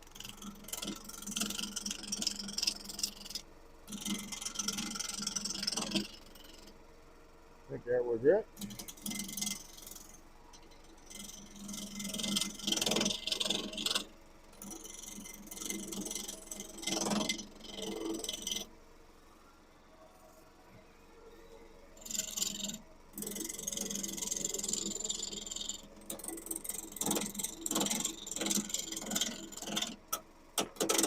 I'm pretty much using the whole wing of the tool. It's not something I normally do, but when I really want to hog stuff off, I will.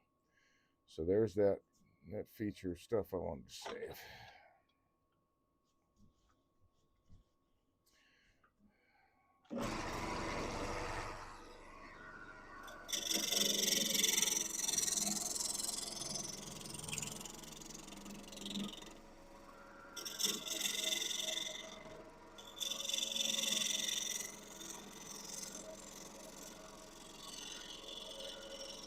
So I'm only actually cutting half of this log.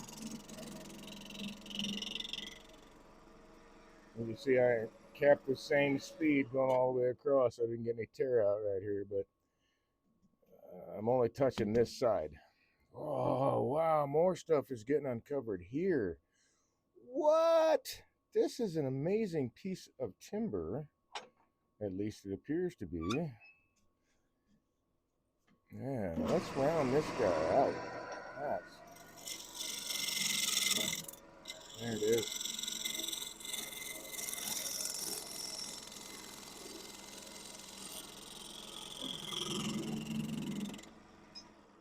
There's a little bit of a split right here, but I was expecting that to come off.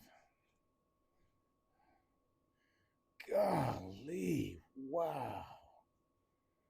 Well, you know,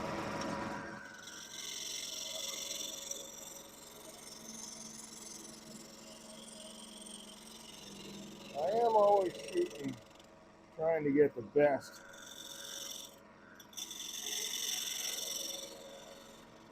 possible piece I can turn.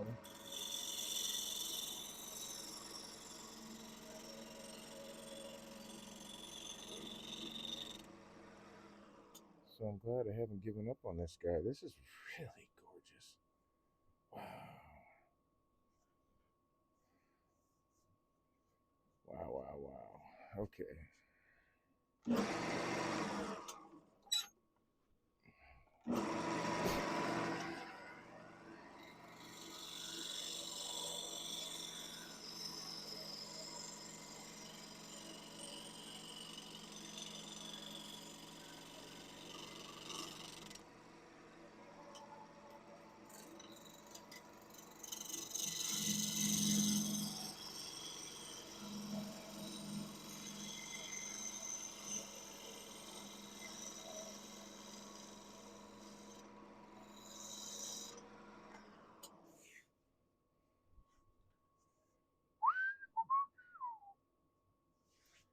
Okay.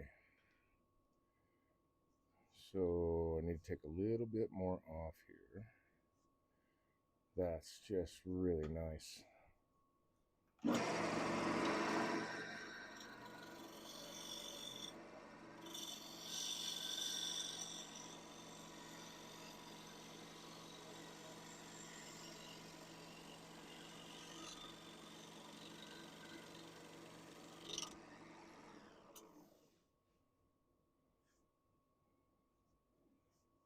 Wow.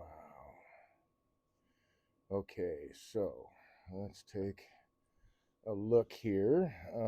Looks like I've got a split happening here and here.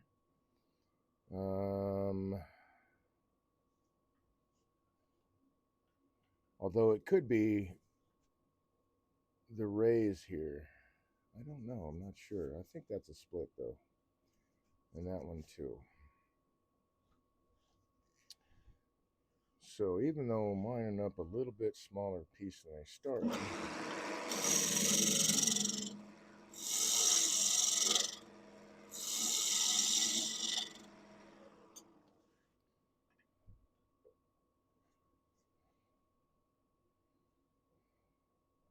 okay, so it's not much. It doesn't go very deep. So that's a plus. So this probably is a ray, or no, it's a defect. I don't want to say it's a defect. It's a difference in the wood. There's a ray that goes right next to it that follows down. Oh man, this would probably look good limed too. Liming wax. Yaza yaza. Okay.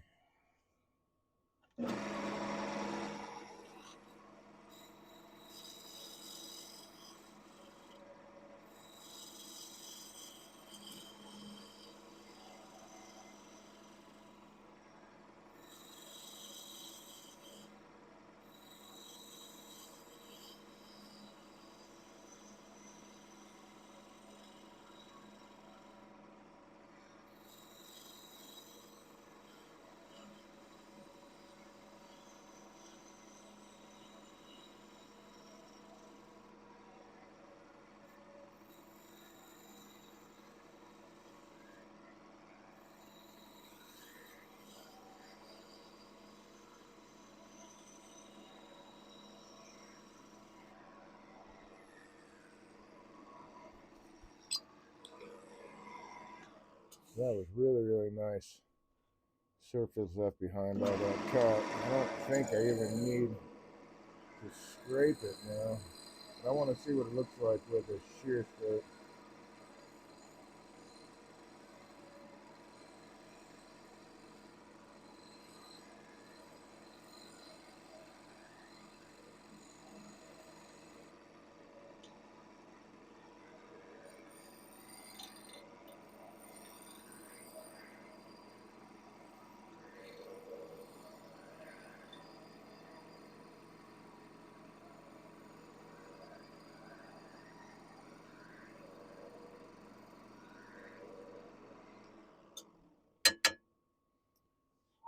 Wow.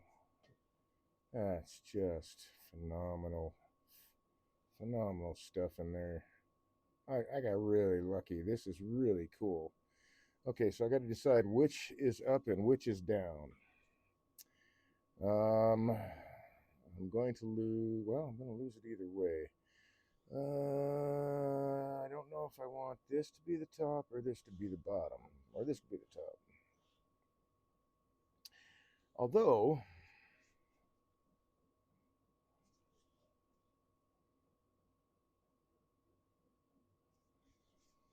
yeah, this I want this to be my bottom. This will be the top.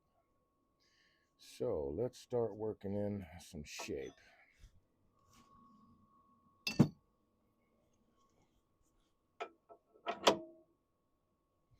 What are we doing on time? 10:15. So if I don't finish this evening, which there's a good chance I won't, um, I'll wrap this in plastic and we'll have it ready for tomorrow. This is a really interesting piece of crotchwood, and I feel really lucky that I got this.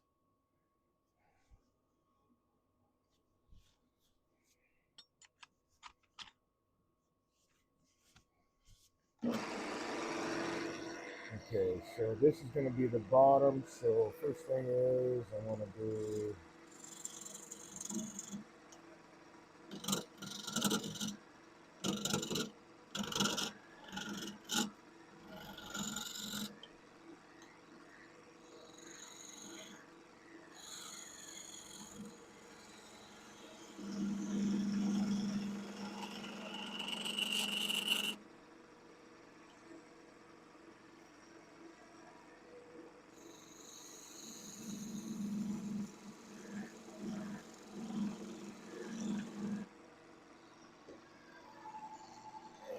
Where is it? Did it fall off?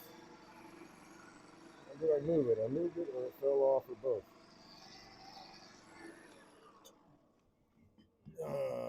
Okay, it must have fallen off.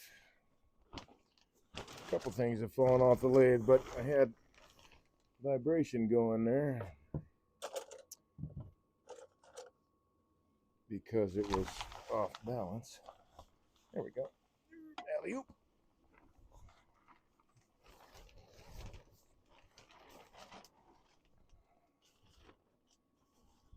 And I'll pick up this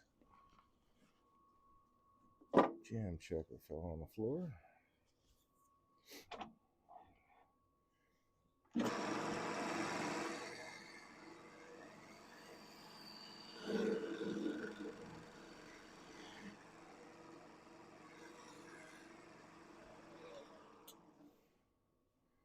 Okay, so that's how I'm going to hold it in the chuck. I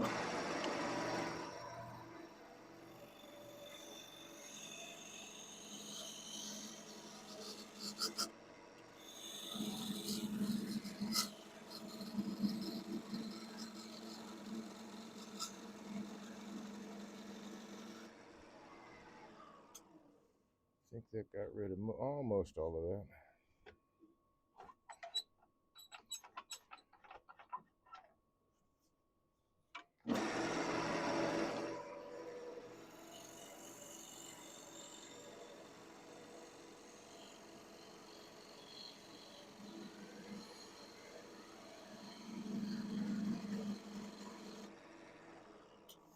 I do like turning beads, I gotta say. I don't know why I enjoy it, I just do. I like turning it with any tool I got. I think it's freaking great.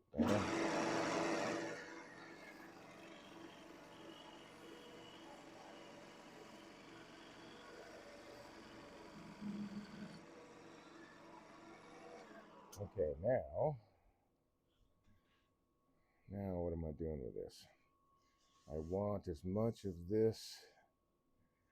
Oh man, just the way it looks right now is fantastic. Let's see, I wonder if I can. Let's see what the top looks like. Well, it's not. It'll have some feature, So I think I'm gonna hollow this out. I'm gonna wind up using Lyle's system, I think. Maybe. Wait, wait, wait, wait, wait, wait, wait, wait, wait, wait, wait.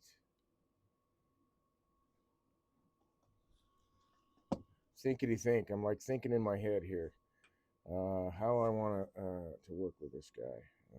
Right now, I'm double checking again for any splits. Okay, I got little splits happening right there. Well, actually, it may. Yeah, I don't know. It might be, might not be. It might be the rays that are coming through because I can see where they're lined up with some of the rays. So that might be the rays just going through the wood. Golly, man, this stuff is just gonna be really, really pretty. Okay, shape, shape, shape, shape.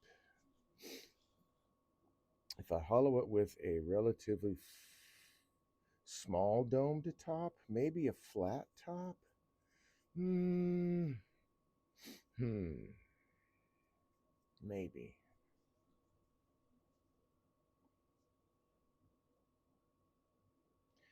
I will need a 3/4 inch hole. I can do that. Okay. Running things through my mind how I'm going to hollow this out. Because if I leave this as a solid and just a small hole in the top to hollow it out with, then I can leave this pretty much in this shape. A little bit of change here and there, but that would mean that all of this figure and all of this figure won't be cut away.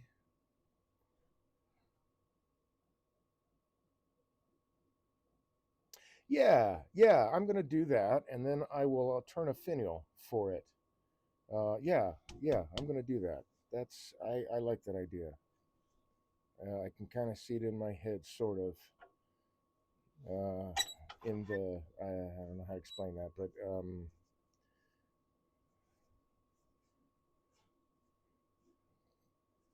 yeah. Okay, so let me finish refining this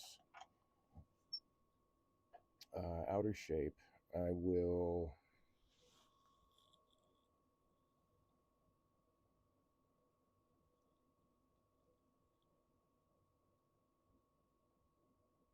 I think I'll finish sand it actually. I'll be able to hold on to it there. Let's take a little bit more off of that.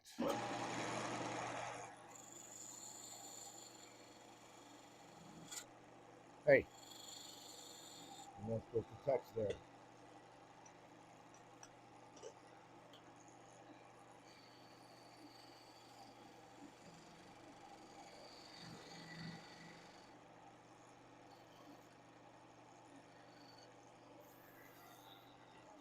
So that's more in the chuck, which is good.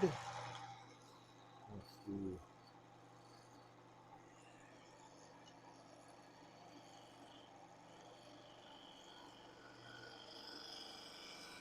A little bit of that action, get a better dovetail. Okay, now I can see just a little bit of a ghost where this, not that, is it that? It is that. Where this little bit of torn out from cutting is left. So I'm just going to take that now.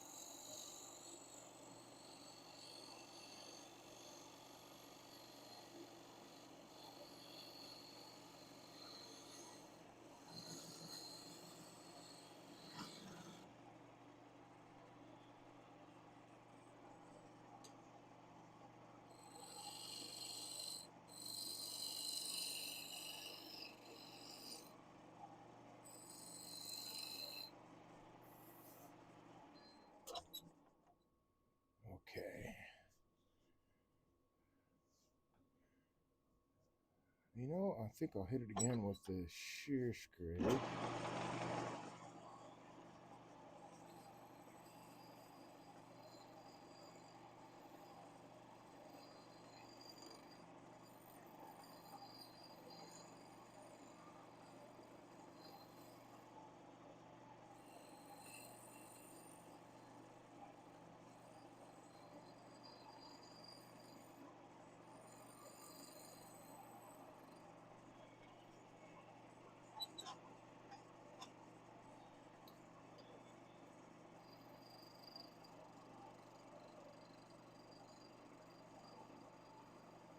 Just taking the high points off, so you're not seeing a lot come off the timber. It's a lot of little bitty.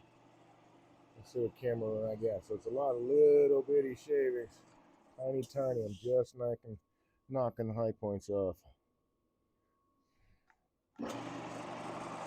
Very light touch.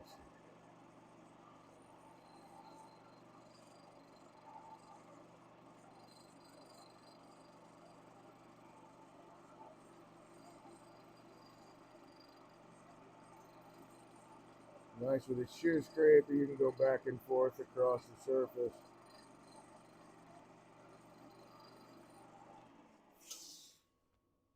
There we go. I mean, that is so cool looking. It just amazes me, all these whirls and curls and curly cues and bullseyes that are in there. I have not seen that in a piece of red oak crotchwood before. That's pretty cool. Okay. Nope, wrong side, Dave. Go that side. And we are going to sand this guy, and I'm not going to get any for 400. Oh yeah, that's right. That one was trash because 220. But I'm going to hit this with 150 first.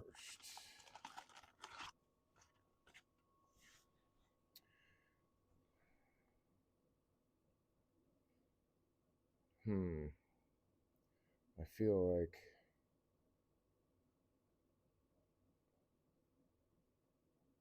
like I should tuck that in just a little bit more.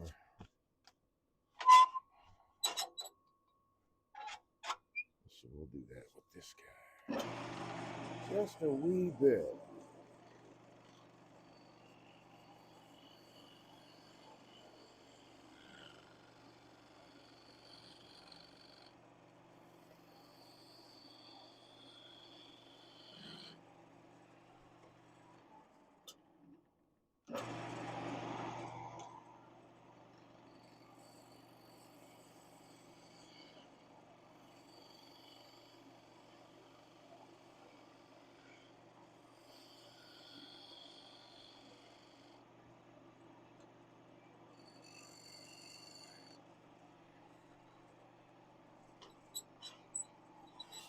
Dial in my curve a little bit there. Let's see, 150 to start.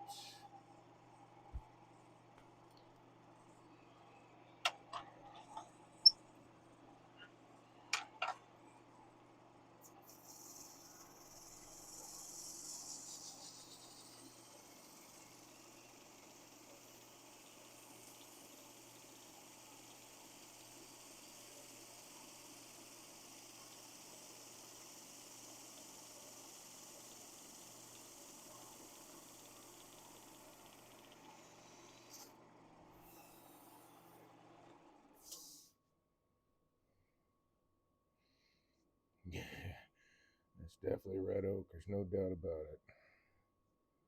Man, that's gorgeous. All right. That was that. So now we're going to do 220.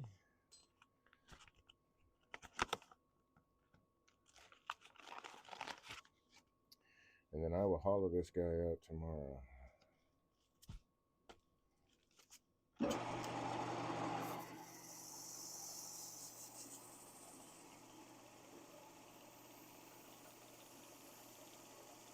So I'm not pressing really hard against the wood. It's just got enough pressure to keep the abrasive turning, the wheel turning. Oh, golly, that's beautiful. Wow.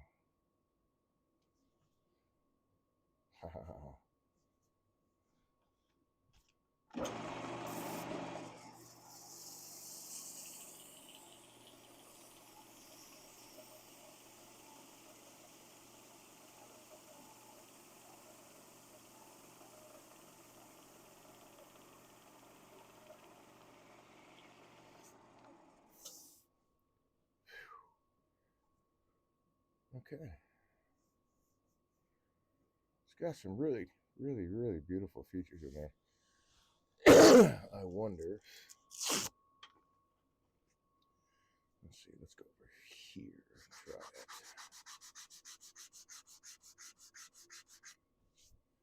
Nope, that's part of the wood. So I was wondering if I had some tool marks left from the abrasive that I used.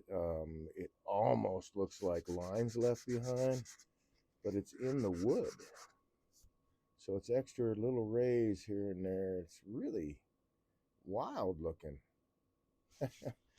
So I'm sure it has to do with the. I'm guessing. I'm not sure. I'm guessing that it has to do with the compression wood that's all throughout here. So there's compression wood going through here. This is compression wood. Got a little compression wood going through there. Some going through there. A lot through here, and a little bit through there. So everywhere you see the things come and stitch together, like right here is going to be compression wood. We're looking for that feathering, that kind of look that comes out of the compression wood. And this growth here, that's all. That is just really wild looking, but it's all compression wood. That gives us the feathering.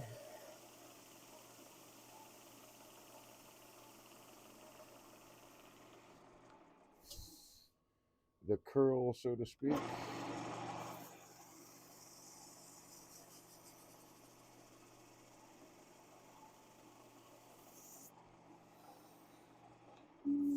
Smooth as a baby's behind. Okay. Yeah, it's got some neat little features that I mean they really look like in some cases it could be part of the like the beetle damage. I don't know what's causing it. Oh, okay, now I see. It is actually the wood fibers themselves. That is cool. So it's got little tiny little. If I shade it, I can see that that's all curly right in there, but it's really tiny, tiny curled. That's neat. I got lucky there, guys. That's pretty cool, man. I can't wait to finish this tomorrow. That's awesome. that's pretty. That's pretty all right.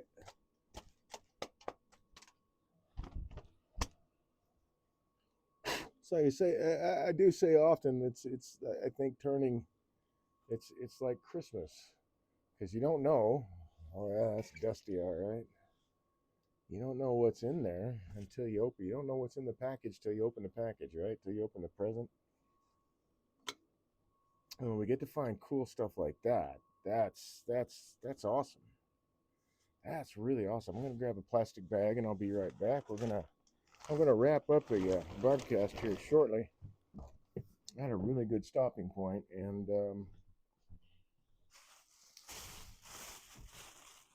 I'm excited. That's got a hole in it.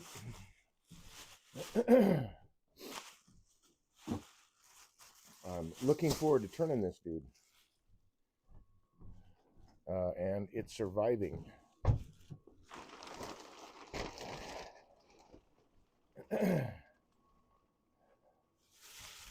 Okay.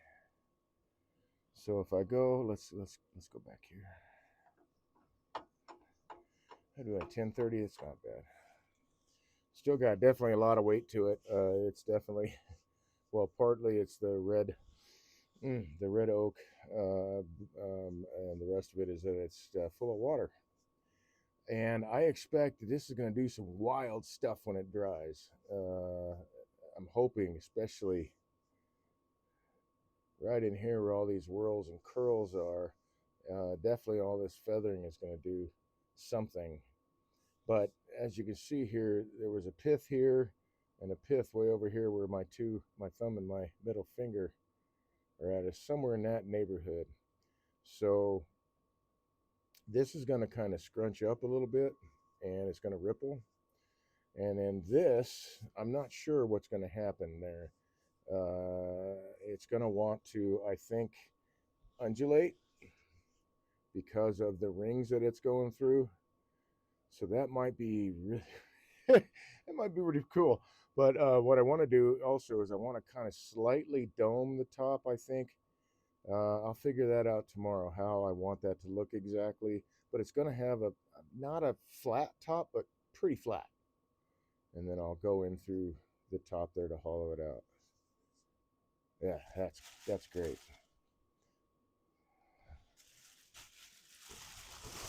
That might be a little exciting hollowing that out tomorrow, but it's green, so it's not. I've hollowed out seasoned oak before, and it's a beast. A lot of dust, a lot of splinters. Um, I'd always rather turn oak green than seasoned, just because of all the splinters and stuff like that. Anyway, at a really good stopping point. So I want to say thank you very much for the support. Thank you very much for joining me this evening. I'll be back again tomorrow night, 8 to 11 Eastern Standard Time is the schedule. Ending a little bit, half an hour early-ish, something, maybe a little bit less than that tonight, because Mav says still here and thanks. Yes, sir. You're very welcome. I don't have the text to speech working, so I do have to pay attention to the chat. But that's just with this setup. When I have the other setup inside, the speech chat seems to work okay, which is awesome. But hopefully, hopefully Linux will have that kind of a port. This, at least for Zoros, there, this particular Linux uh, platform. Okay. Yeah, that's it. That's it. I'm going to wrap it up. Hope you all stay friendly, and I hope you enjoy the rest of your evening. Hope to see you tomorrow night, 8 to 11 Eastern Standard Time, working on this, hollowing this dude out, and, making a few adjustments to the outside shape. But right now, in general, it's got the shape that it's going to have. There's going to be just some fine tuning in there. We'll let it sit overnight and see what may present itself. In the meantime, as I have said before, thank you very much for the support and for joining me this evening. As always, I hope to see you again. I'll be back again tomorrow night. Good night, folks.